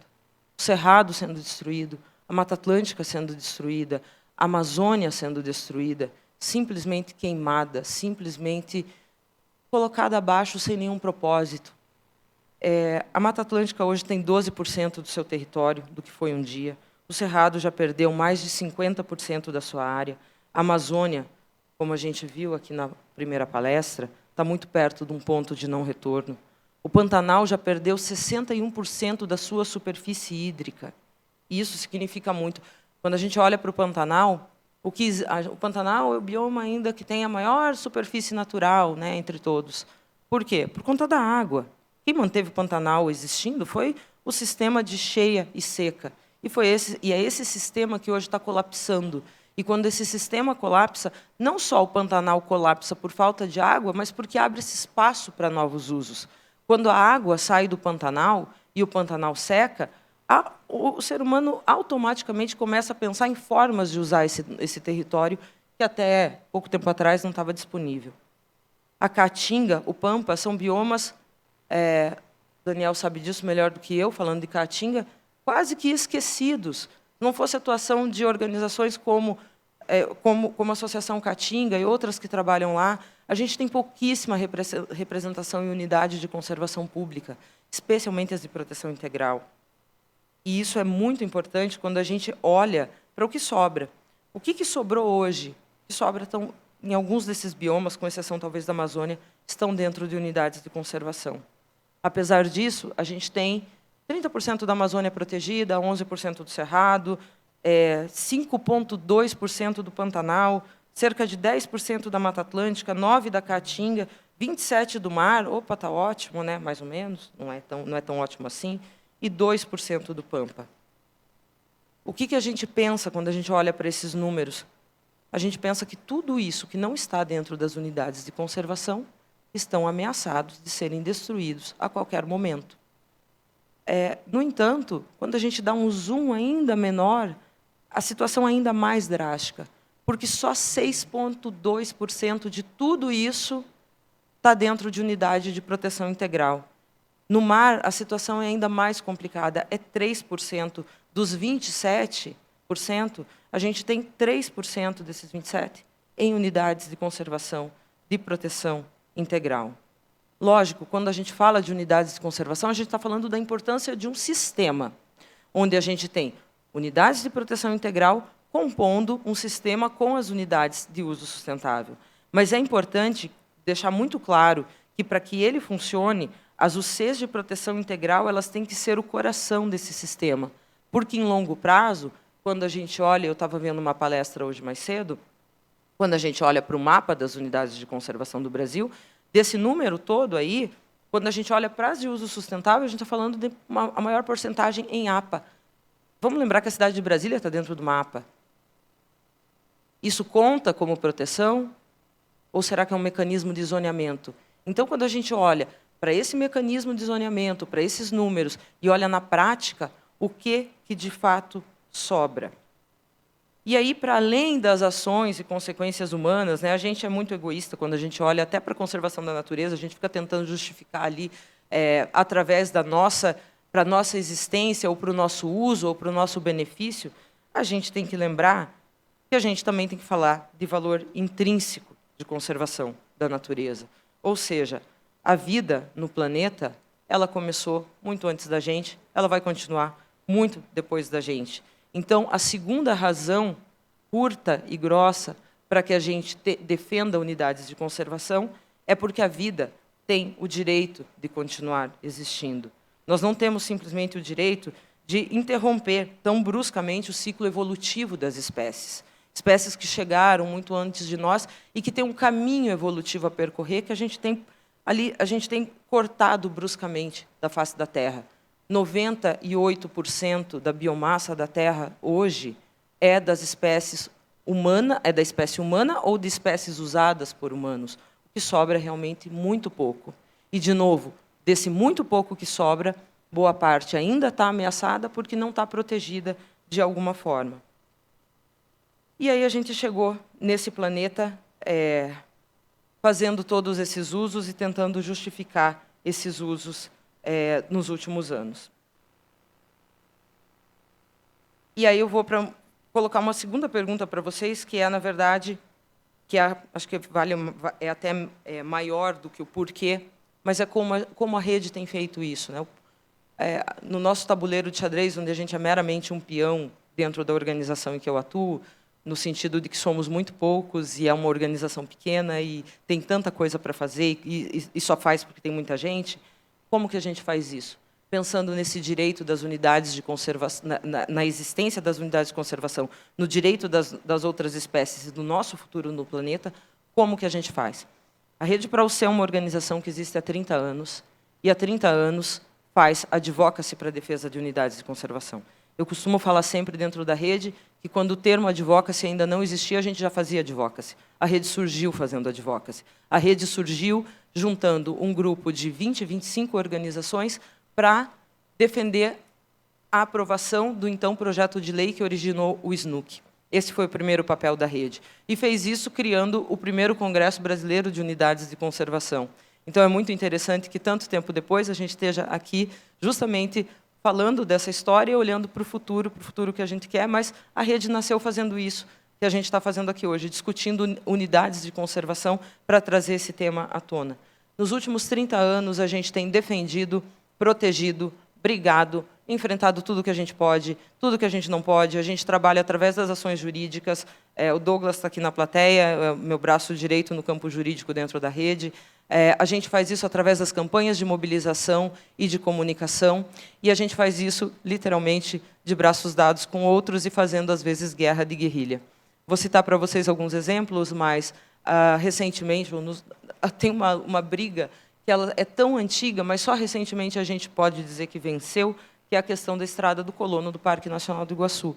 Uma briga jurídica em que a questão estava transitada em julgado, ou seja, não tinha mais o que fazer, o parque já tinha todo o ganho para aquela estrada ficar fechada, mas, ainda assim, nos últimos anos, dentro do Congresso, a gente enfrentou 2 projetos de lei que queriam, através de uma manobra política qualquer, criar um mecanismo de estrada-parque, que, na verdade, era uma estrada rasga-parque, que não tinha nada a ver com o conceito de estrada-parque na sua origem, para abrir essa estrada dentro do Parque Nacional do Iguaçu. E o que a gente fez? A gente atuou dentro do Congresso, a gente mobilizou parceiros, atores, a gente mobilizou organizações não governamentais, Ministério Público, imprensa, tudo isso para dar voz a essa causa, até que, finalmente, esse projeto de lei foi derrubado, finalmente arquivado, e agora, aparentemente, até que alguém tenha um novo deputado, tenha uma nova ideia brilhante, a estrada está fechada. Esse é um dos exemplos. Outros exemplos. A campanha SOS Cristalino, que foi uma campanha que a gente tem atuado nos últimos anos para a defesa do Parque Estadual do Cristalino, que fica no norte do Mato Grosso, no município de Alta Floresta, né, na divisa do município de Alta Floresta. Esse parque, que foi criado com doação de terras públicas federais para o estado do Mato Grosso, com uma nomeação expressa nessa doação de que essas áreas deveriam ser utilizadas para a proteção de biodiversidade, foi grilado e invadido por grandes latifundiários. O maior grileiro da Amazônia roubou 20 mil hectares desse parque e, através de uma manobra jurídica, tentou questionar a existência do parque. Como? Questionando ali que a consulta pública não foi realizada. O parque, quando foi criado, o SNUC ainda estava nascendo, e a lei do Mato Grosso não exigia a consulta pública. Então, o que a gente começou a colocar juridicamente? Que, na verdade, aquele argumento ele não se sustentava. Mas, e sempre assim, né? Sempre por trás de uma questão jurídica vai ter uma questão política. E, no caso do Mato Grosso, o governador do Mato Grosso ele resolveu abrir mão do parque por WO, ou seja, ele literalmente proibiu, né, a atuação do poder público na defesa do parque, e aí quase que se deu ganho de causa para o outro lado, e a gente quase perdeu um parque de terras públicas, de domínio público, que é numa região de altíssima biodiversidade. Como que a gente agiu naquele caso? A gente encontrou, junto com os nossos parceiros, um mecanismo que a argumentação que dizia que aquele transitado em julgado ele simplesmente não valia porque uma das partes não tinha sido ouvida, que no caso era o Ministério Público. Não havia sido contemplada nas notícias. E, com isso, a gente conseguiu ganhar um tempo, até que o assunto foi perdendo forças. E, às vezes, o que a gente faz para defender unidades de conservação é isso, é ganhar tempo para que o outro lado perca forças. Aconteceu com a Estrada do Colono, aconteceu na SOS Cristalino, acontece em muitos outros casos. E, quando a gente pode, a gente ajuda a criar unidades de conservação. A gente, em 2018, ajudou a criar as maiores áreas protegidas oceânicas do Brasil, São Pedro e São Paulo, Trindade e Martim Vaz, que juntas totalizam, desses 27%, mais ou menos uns 24% do mar protegido. Tem muita área de APA aí, mas também tem monumentos naturais importantes, e fez isso com cerca de 40 organizações parceiras que juntas ali se mobilizaram e empurraram o que a gente chamou desse movimento de É a Hora do Mar. E aí foi aquilo que a gente faz sempre, campanhas de mobilização, campanhas de comunicação, mobilizar a imprensa, os formadores de opinião, os tomadores de decisão, até que a gente chegou na presidência da República, no presidente Temer, naquela época, e o convenceu que ele era a única pessoa possível no Brasil a criar aquelas áreas e que ninguém depois dele criaria áreas tão grandes. porque não se tinha áreas tão grandes oceânicas para criar. E aí a gente aprende que todo mundo tem um argumento que você pode convencer. Às vezes, no caso de um político, é a vaidade. Então, a gente saiu super vencedor nessa época, a gente ajudou a criar essas áreas, e a gente tem muito orgulho disso. A gente também trabalha no âmbito da mobilização para chamar a sociedade para atuar junto com a gente. Porque é claro que, quando a gente fala de unidades de conservação, a gente não defende nada, a gente não faz nada, se a gente não tiver as pessoas do nosso lado. E ainda é muito difícil para a gente mobilizar a sociedade brasileira que não entende o que é uma unidade de conservação. O cidadão médio brasileiro não sabe o que é uma unidade de conservação. Muito menos sabe diferenciar um parque de uma APA. Para ele é tudo a mesma coisa. E a gente sabe disso, inclusive, porque quando a gente chega numa consulta pública, pode ser sobre uma APA ou sobre um parque, a reação negativa é a mesma. É como se a gente estivesse falando de um bicho-papão, né? Para quem não gosta muito de unidades de conservação no seu quintal. Mas, quando a gente olha para a sociedade urbana, a gente vê que tem um apelo um pouco diferente. Me entendam, não estou falando que toda a sociedade rural, toda a comunidade rural é contrária a unidades, mas assim, quando a gente vai para uma consulta pública, a gente vê isso muito de perto, a dificuldade de entendimento das pessoas sobre o que é uma unidade de conservação. Quando a gente vai para um público urbano, a falta de entendimento também continua. Só que lá a gente tem uma chance de mobilizar através de ações mais propositivas. E aí a Rede Pra UC, em 2018, idealizou a campanha Um Dia no Parque, que nada mais é do que um grande convite para as pessoas conhecerem as nossas unidades de conservação. É só para parque? Não, não é só para parque, mas se eu chamasse de unidade de conservação, ninguém ia, né?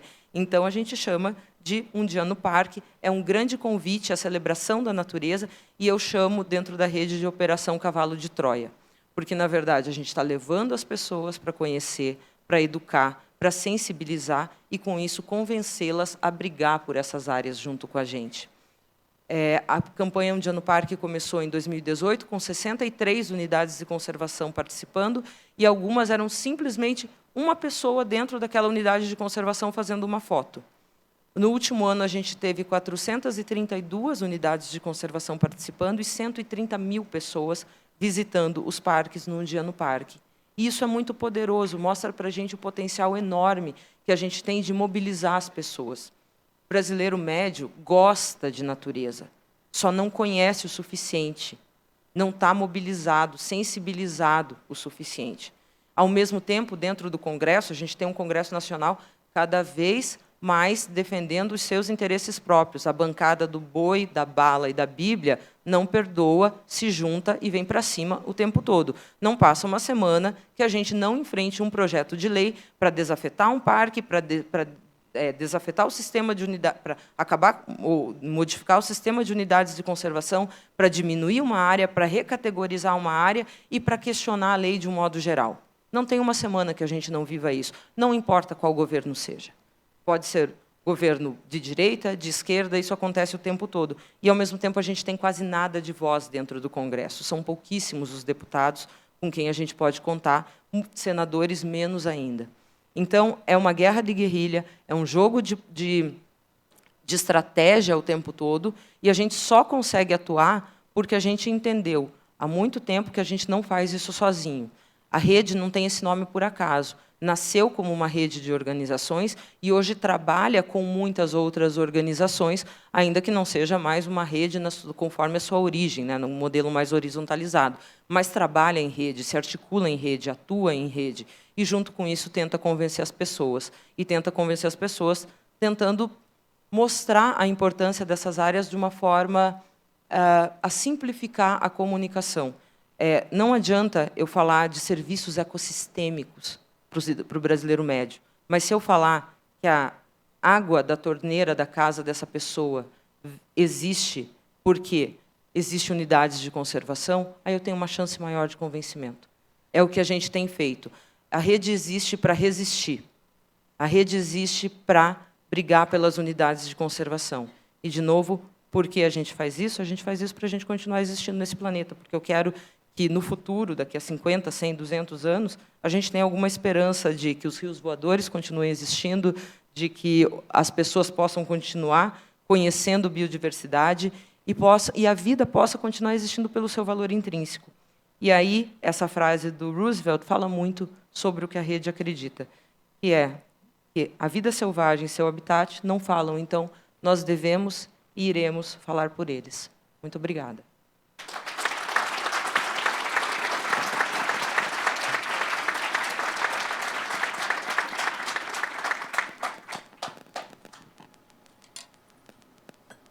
Obrigado, Ângela. Fala super potente, necessária em defesa das unidades de conservação, né, e dando continuidade. Eles vão poder responder algumas perguntas que chegaram aqui. Foram algumas, a gente vai tentar condensar, né. Tem perguntas que têm temas muito parecidos, e a ideia é que vocês possam expor um pouco mais a partir da apresentação de vocês e responder essas perguntas. Tá? Eu vou começar pela ordem, né, de apresentação, começar com o Gustavo. Gustavo, ontem a CNI publicou uma pesquisa, a Confederação Nacional das Indústrias, que a bioeconomia brasileira movimenta cerca de 2,7 trilhões de reais e que até 2032 há uma previsão de ter um incremento de 700 bilhões por ano. Né? E aí você falou na sua apresentação sobre o impacto do desmatamento da Amazônia, né, não só no campo do fornecimento das energias, mas também na saúde, na economia como um todo. Fala um pouco mais, né, qual o impacto que a bioeconomia, né, que nós teremos se continuarmos nesse quadro de desmatamento desenfreado, principalmente da Amazônia, mas também se puder contemplar outros biomas também é interessante, por favor. Não, perfeito. Bom, bioeconomia é um conceito extremamente amplo, né? Agora, é absolutamente inegável que os serviços ecossistêmicos da Amazônia, inclusive a oferta de bio para a bioeconomia, né, é incrivelmente alto, né? E o desmatamento ele tem esses efeitos nefastos locais e regionais e nacionais, e no caso do Brasil, internacionais, né, que afeta outros países vizinhos. Então, sem dúvida nenhuma, uma vez que você tem uma região que ela está desmatada, o que a gente tem observado é que, na realidade, o que entra no lugar da floresta é uma produtividade extremamente baixa, né? Majoritariamente, pelo que a gente tem observado no Brasil em termos de pecuária, e acaba gerando uma espécie de disrupção nas cadeias que ali podem existir, né? Acaba deslocando comunidades tradicionais, enfim, perturbando, prejudicando a economia local em N dimensões, né? E essa economia local, naturalmente, ela vai fazer parte da bioeconomia, né? Eu não tenho tanto esses números de cabeça, né, dos milhões e trilhões, mas, efetivamente, é um ativo incrível que o Brasil tem, né, da bioeconomia. A gente tem produtos da bioeconomia, investimento em bioeconomia. A gente gostaria de desenvolver mais a bioeconomia. E, para isso, a gente precisa de um olhar para a floresta de desenvolvimento local, né, que, naturalmente, não vai ser, não tem sido, por experiência, pelos números, mostram isso de uma maneira incrivelmente forte, via essa invasão via desmatamento, né? A gente tem observado que o desmatamento vem associado não apenas a uma economia de baixa produtividade, mas acaba incorrendo em menor desenvolvimento local, mais criminalidade, acaba gerando desmatamento na própria floresta, né? Então, via o próprio mecanismo dos desvoadores, se eu desmato uma árvore, tem um número que é interessante, que se eu desmato 100 árvores, eu vou derrubar, só por causa de falta de água, mais 20 no caminho dos desvoadores, né? Porque tem o próprio encadeamento do ciclo da água, etc. Então, o desmatamento ele acaba gerando toda uma cadeia de dinâmica negativa, né, que vai afetar a economia em N dimensões, certamente também a própria bioeconomia, que vai estar alimentando os povos da floresta, as comunidades tradicionais, terras indígenas e por aí vai. Obrigado, Gustavo. Regiane, vou condensar duas perguntas aqui em uma, que são temas parecidos.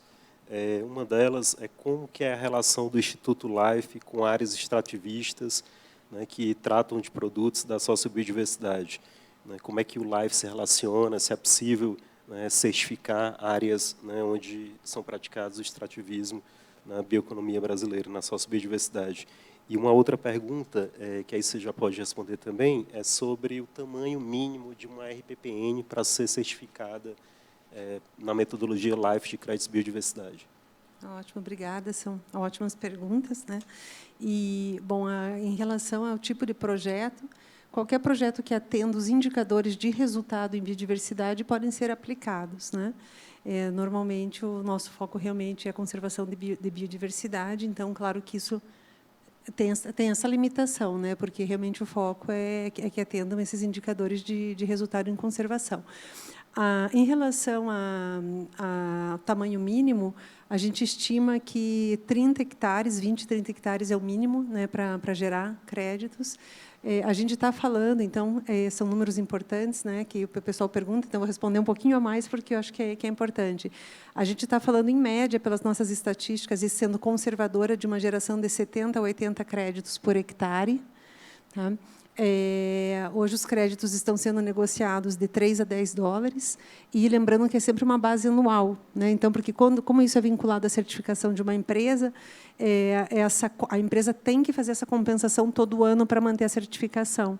Então, isso é aposentado. Cada vez que a empresa usa os créditos para compensar esse impacto, esse crédito sai do mercado. Então, é uma geração anual de créditos, e a área tem que ter um compromisso mínimo de conservação de 30 anos. Maravilha, gente. Teve uma outra pergunta aqui direcionada para você, que é sobre essa iniciativa pioneira de compensar, né, esse evento, a UCBio, a partir de créditos e biodiversidades de uma unidade de conservação, né, o Parque Estadual da Serra do Tabuleiro. E a pergunta é: quais são os principais indicadores que são levados em consideração, né, para certificar um evento, tendo em vista que é um produto novo que o LIFE apresentou aqui para nós todos? Então, tá. A gente, assim como a indústria, a gente trabalha com 5 drivers de perda de biodiversidade.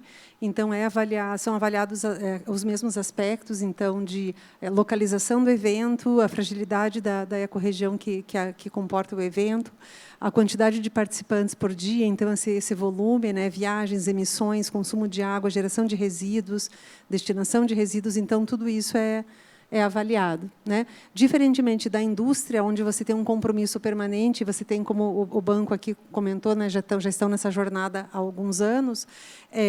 Então, no caso de qualquer empresa ou indústria, você tem esse monitoramento anual.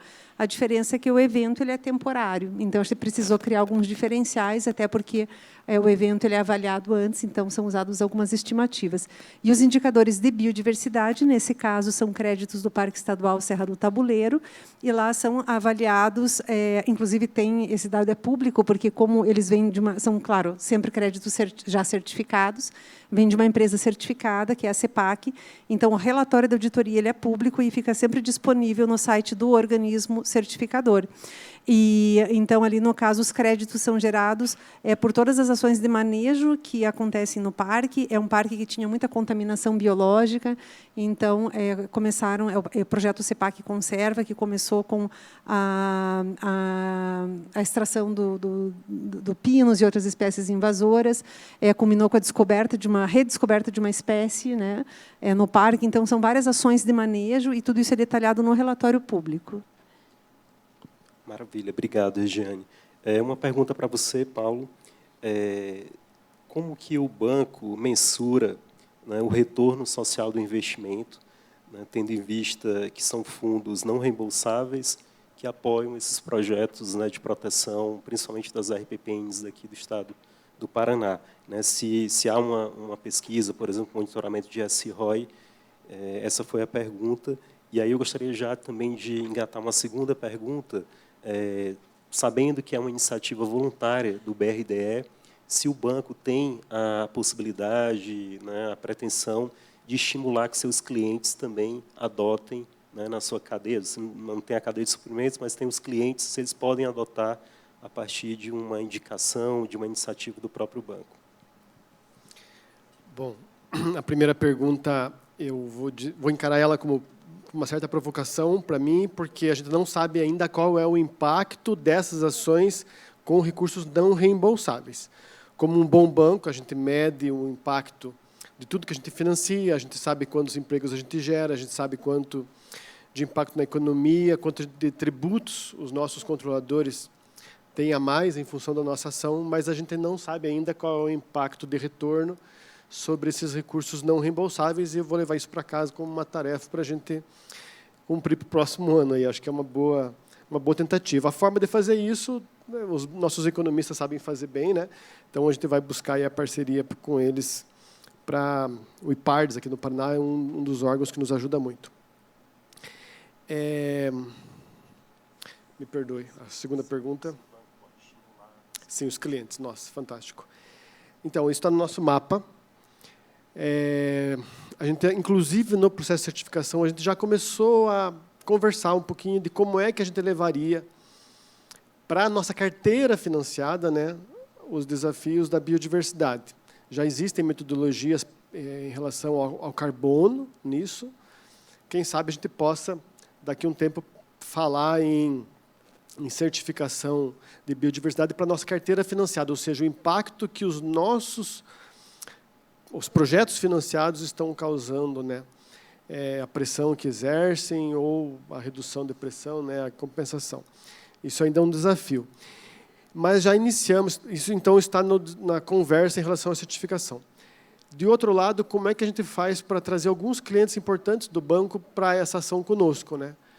Uma ação que a gente já tem feito é divulgar muito a coalizão, né, essa coalizão de empresas que eu comentei durante a apresentação, a Coalizão Life, que tem como bandeira promover essas ações de biodiversidade, de promoção da biodiversidade.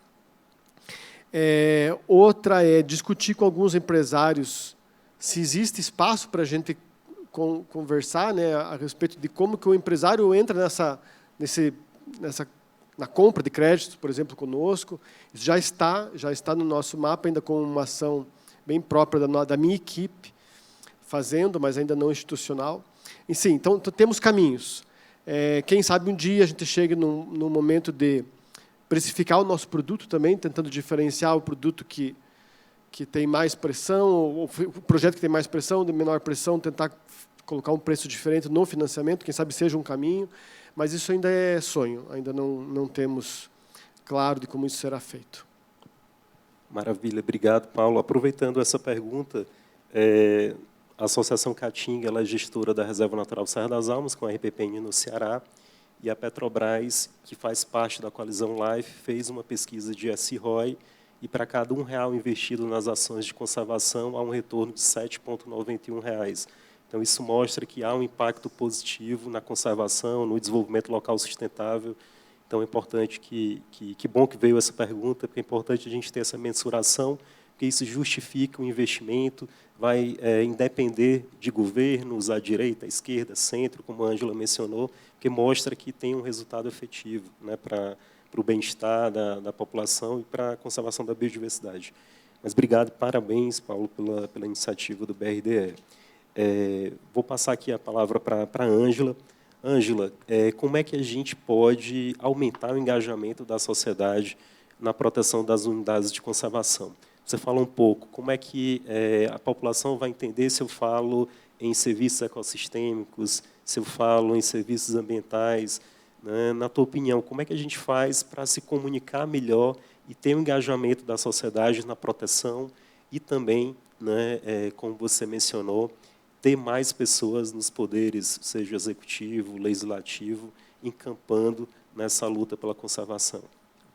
Bom, essa é a pergunta de $1 milhão, né? Porque nenhum de nós acho que conseguiu ainda responder dentro da área ambiental de um modo geral. A comunicação, acho que tudo passa por comunicação, e a comunicação ela tem sido um desafio porque ela vem mudando muito e muito rápido nos últimos anos, né? A gente tem essa avalanche de redes sociais, internet, é muita informação ao mesmo tempo, e a gente, de um modo geral, nós não somos comunicadores, né? Quando a gente começa uma atuação no terceiro setor, a gente não está pensando em comunicação, a gente está pensando numa ação-fim. Então, eu acho que eu vejo assim, a rede trabalha com advocacy desde a sua origem. Eu fui voluntária da rede, estagiária da rede, enfim, passei muito tempo da minha vida dentro da rede Praucê. E fui vendo a comunicação mudando ao longo dos anos e, ao mesmo tempo, o terceiro setor despertando o olhar para a comunicação. Há 15 anos atrás, boa parte das organizações não tinha equipes de comunicação. A gente fazia a comunicação do jeito que dava, era um luxo. Hoje em dia, é uma premissa básica, né? Todos nós precisamos de boa comunicação. Então, eu acho que tem uma evolução que é preciso salientar, a gente tem melhorado muito, mas a gente ainda, acho que passa muito por simplificar. Hoje de manhã, eu estava lá na Mini Arena, num painel, falando exatamente sobre isso, e falando assim, a gente tem que ser técnico com os técnicos. A nossa linguagem técnica é com os técnicos. Quando a gente fala com a sociedade, eu tenho que falar do jeito que a sociedade entende, e aí não é técnico. Então, assim, quando eu falo que a água da torneira, que sai da torneira, existe por conta de uma unidade de conservação, isso não é nada técnico. Mas eu estou falando de serviço ecossistêmico. Então, muito passa por isso. Eu acho que a gente entender e fazer um pouco um olhar, né, para a gente mesmo e dizer assim, vamos tentar simplificar, vamos tentar ser menos tecniquez, menos biodesagradável e falar mais com as pessoas de um jeito que elas entendam. Por quê? Não adianta eu falar a mensagem mais importante do mundo se o outro não entender. Então, muito passa, o desafio do engajamento passa, sobretudo, por um desafio de comunicação. Tudo é comunicação, tudo é boa comunicação, no fim das contas. E, é lógico, persistência, né? Os projetos que eu vejo hoje, que eu conheço hoje, no Brasil e fora do Brasil, que são bem-sucedidos do ponto de vista de entendimento, eles passam muito por essa questão de você ter a persistência nessa comunicação. Né? Sempre você continuar engajando com frequência, continuar falando, continuar, né, trazendo a informação sempre de uma forma... você tem uma linguagem única. Então, da primeira vez, a pessoa não vai entender, da segunda, ela não vai entender, da terceira, ela não vai entender. Você vai aprendendo ali onde você está falhando, mas você não para de tentar comunicar. E aí, quando a gente comunica bem, a gente sensibiliza, a gente trabalha com as coisas mais bonitas e mais interessantes da Terra, não é possível que a gente não consiga ganhar corações e mentes ao se esforçar um pouco mais para isso. Acho que é isso. Obrigado, Ângela. Respondeu a pergunta de $1 milhão, né? Acho que é isso mesmo, a gente precisa melhorar a nossa comunicação. E aproveitar, a gente já está na reta final do nosso painel, agradecer a audiência qualificada de todos vocês e dar 1 minuto para cada um de vocês para as considerações finais, por favor. Pode começar, Ângela, por favor. Bom, eu já falei tudo que eu tinha para falar, já falei demais. Eu só agradeço a presença de cada um aqui. É um prazer poder fazer um evento desses. Era um sonho antigo e é um prazer ter vocês aqui em casa com a gente. Está sendo um privilégio, uma responsabilidade. E eu acredito que a razão de existência desse evento é isso daqui. A gente está junto, discutindo, falando, crescendo junto para voltar para casa com esperança e o coração quentinho para transformar esse mundo num mundo melhor. Obrigada.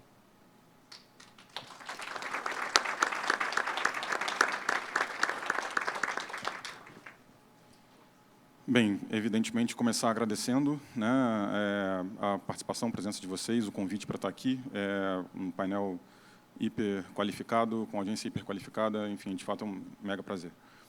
O tema que a gente está falando aqui é de uma importância nacional, né? Assim, muito relevante, esse processo todo de comunicação que você foi falando, eu fui me vendo lá no CPI, a nossa tentativa de comunicar na Amazônia 2030, enfim, de tentar veicular todo esse conhecimento que a gente gera, observa, e comunicar isso não tem nada de trivial, é de uma relevância incrível. Enfim, convido vocês a observarem nossas publicações, né, novamente na Amazônia 2030, no CPI, sobre rios voadores, sobre desmatamento e criminalidade, sobre bioeconomia, sobre pecuária, enfim, a relação com o desmatamento. Acho que tem tudo a ver sobre unidade de conservação, evidentemente, né, está inerentemente, direta e indiretamente vinculado aos nossos relatórios. E acho que é de um tema que é, novamente, né, mega relevante. Parabéns à organização pelo evento fantástico. Obrigado.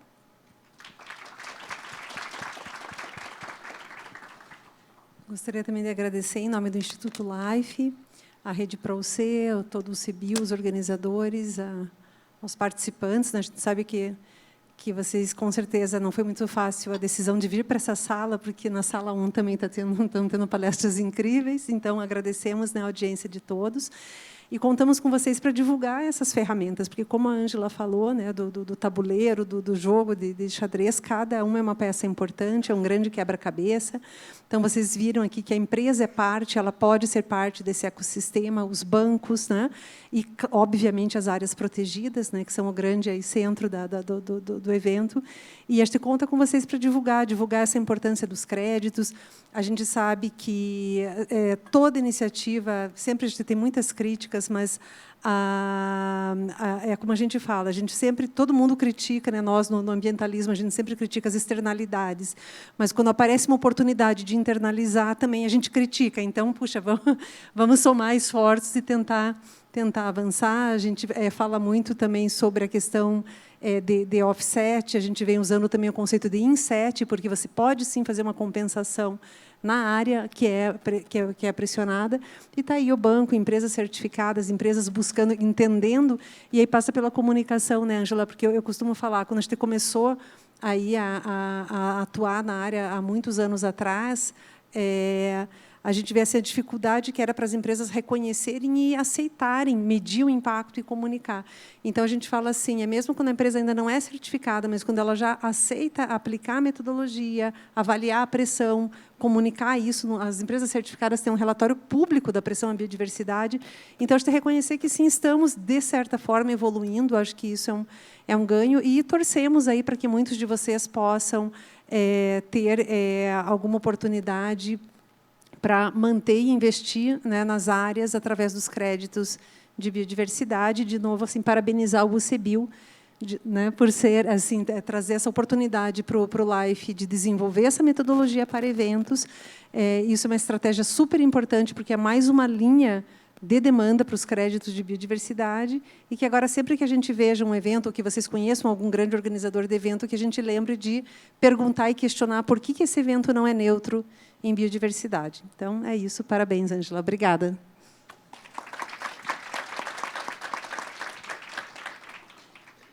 O BRDE também agradece a organização do evento pelo convite, para nós apresentarmos aqui o nosso caso. Agradecemos aí os colegas painelistas, né? É importantíssimo a gente estar debatendo um pouquinho como a gente desempenha na prática aquilo que a gente se propõe.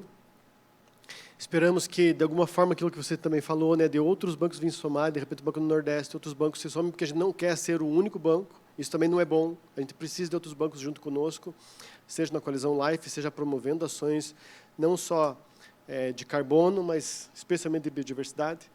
Então, reafirmar o compromisso do BRDE. Esperamos estar aí nos próximos anos junto com vocês.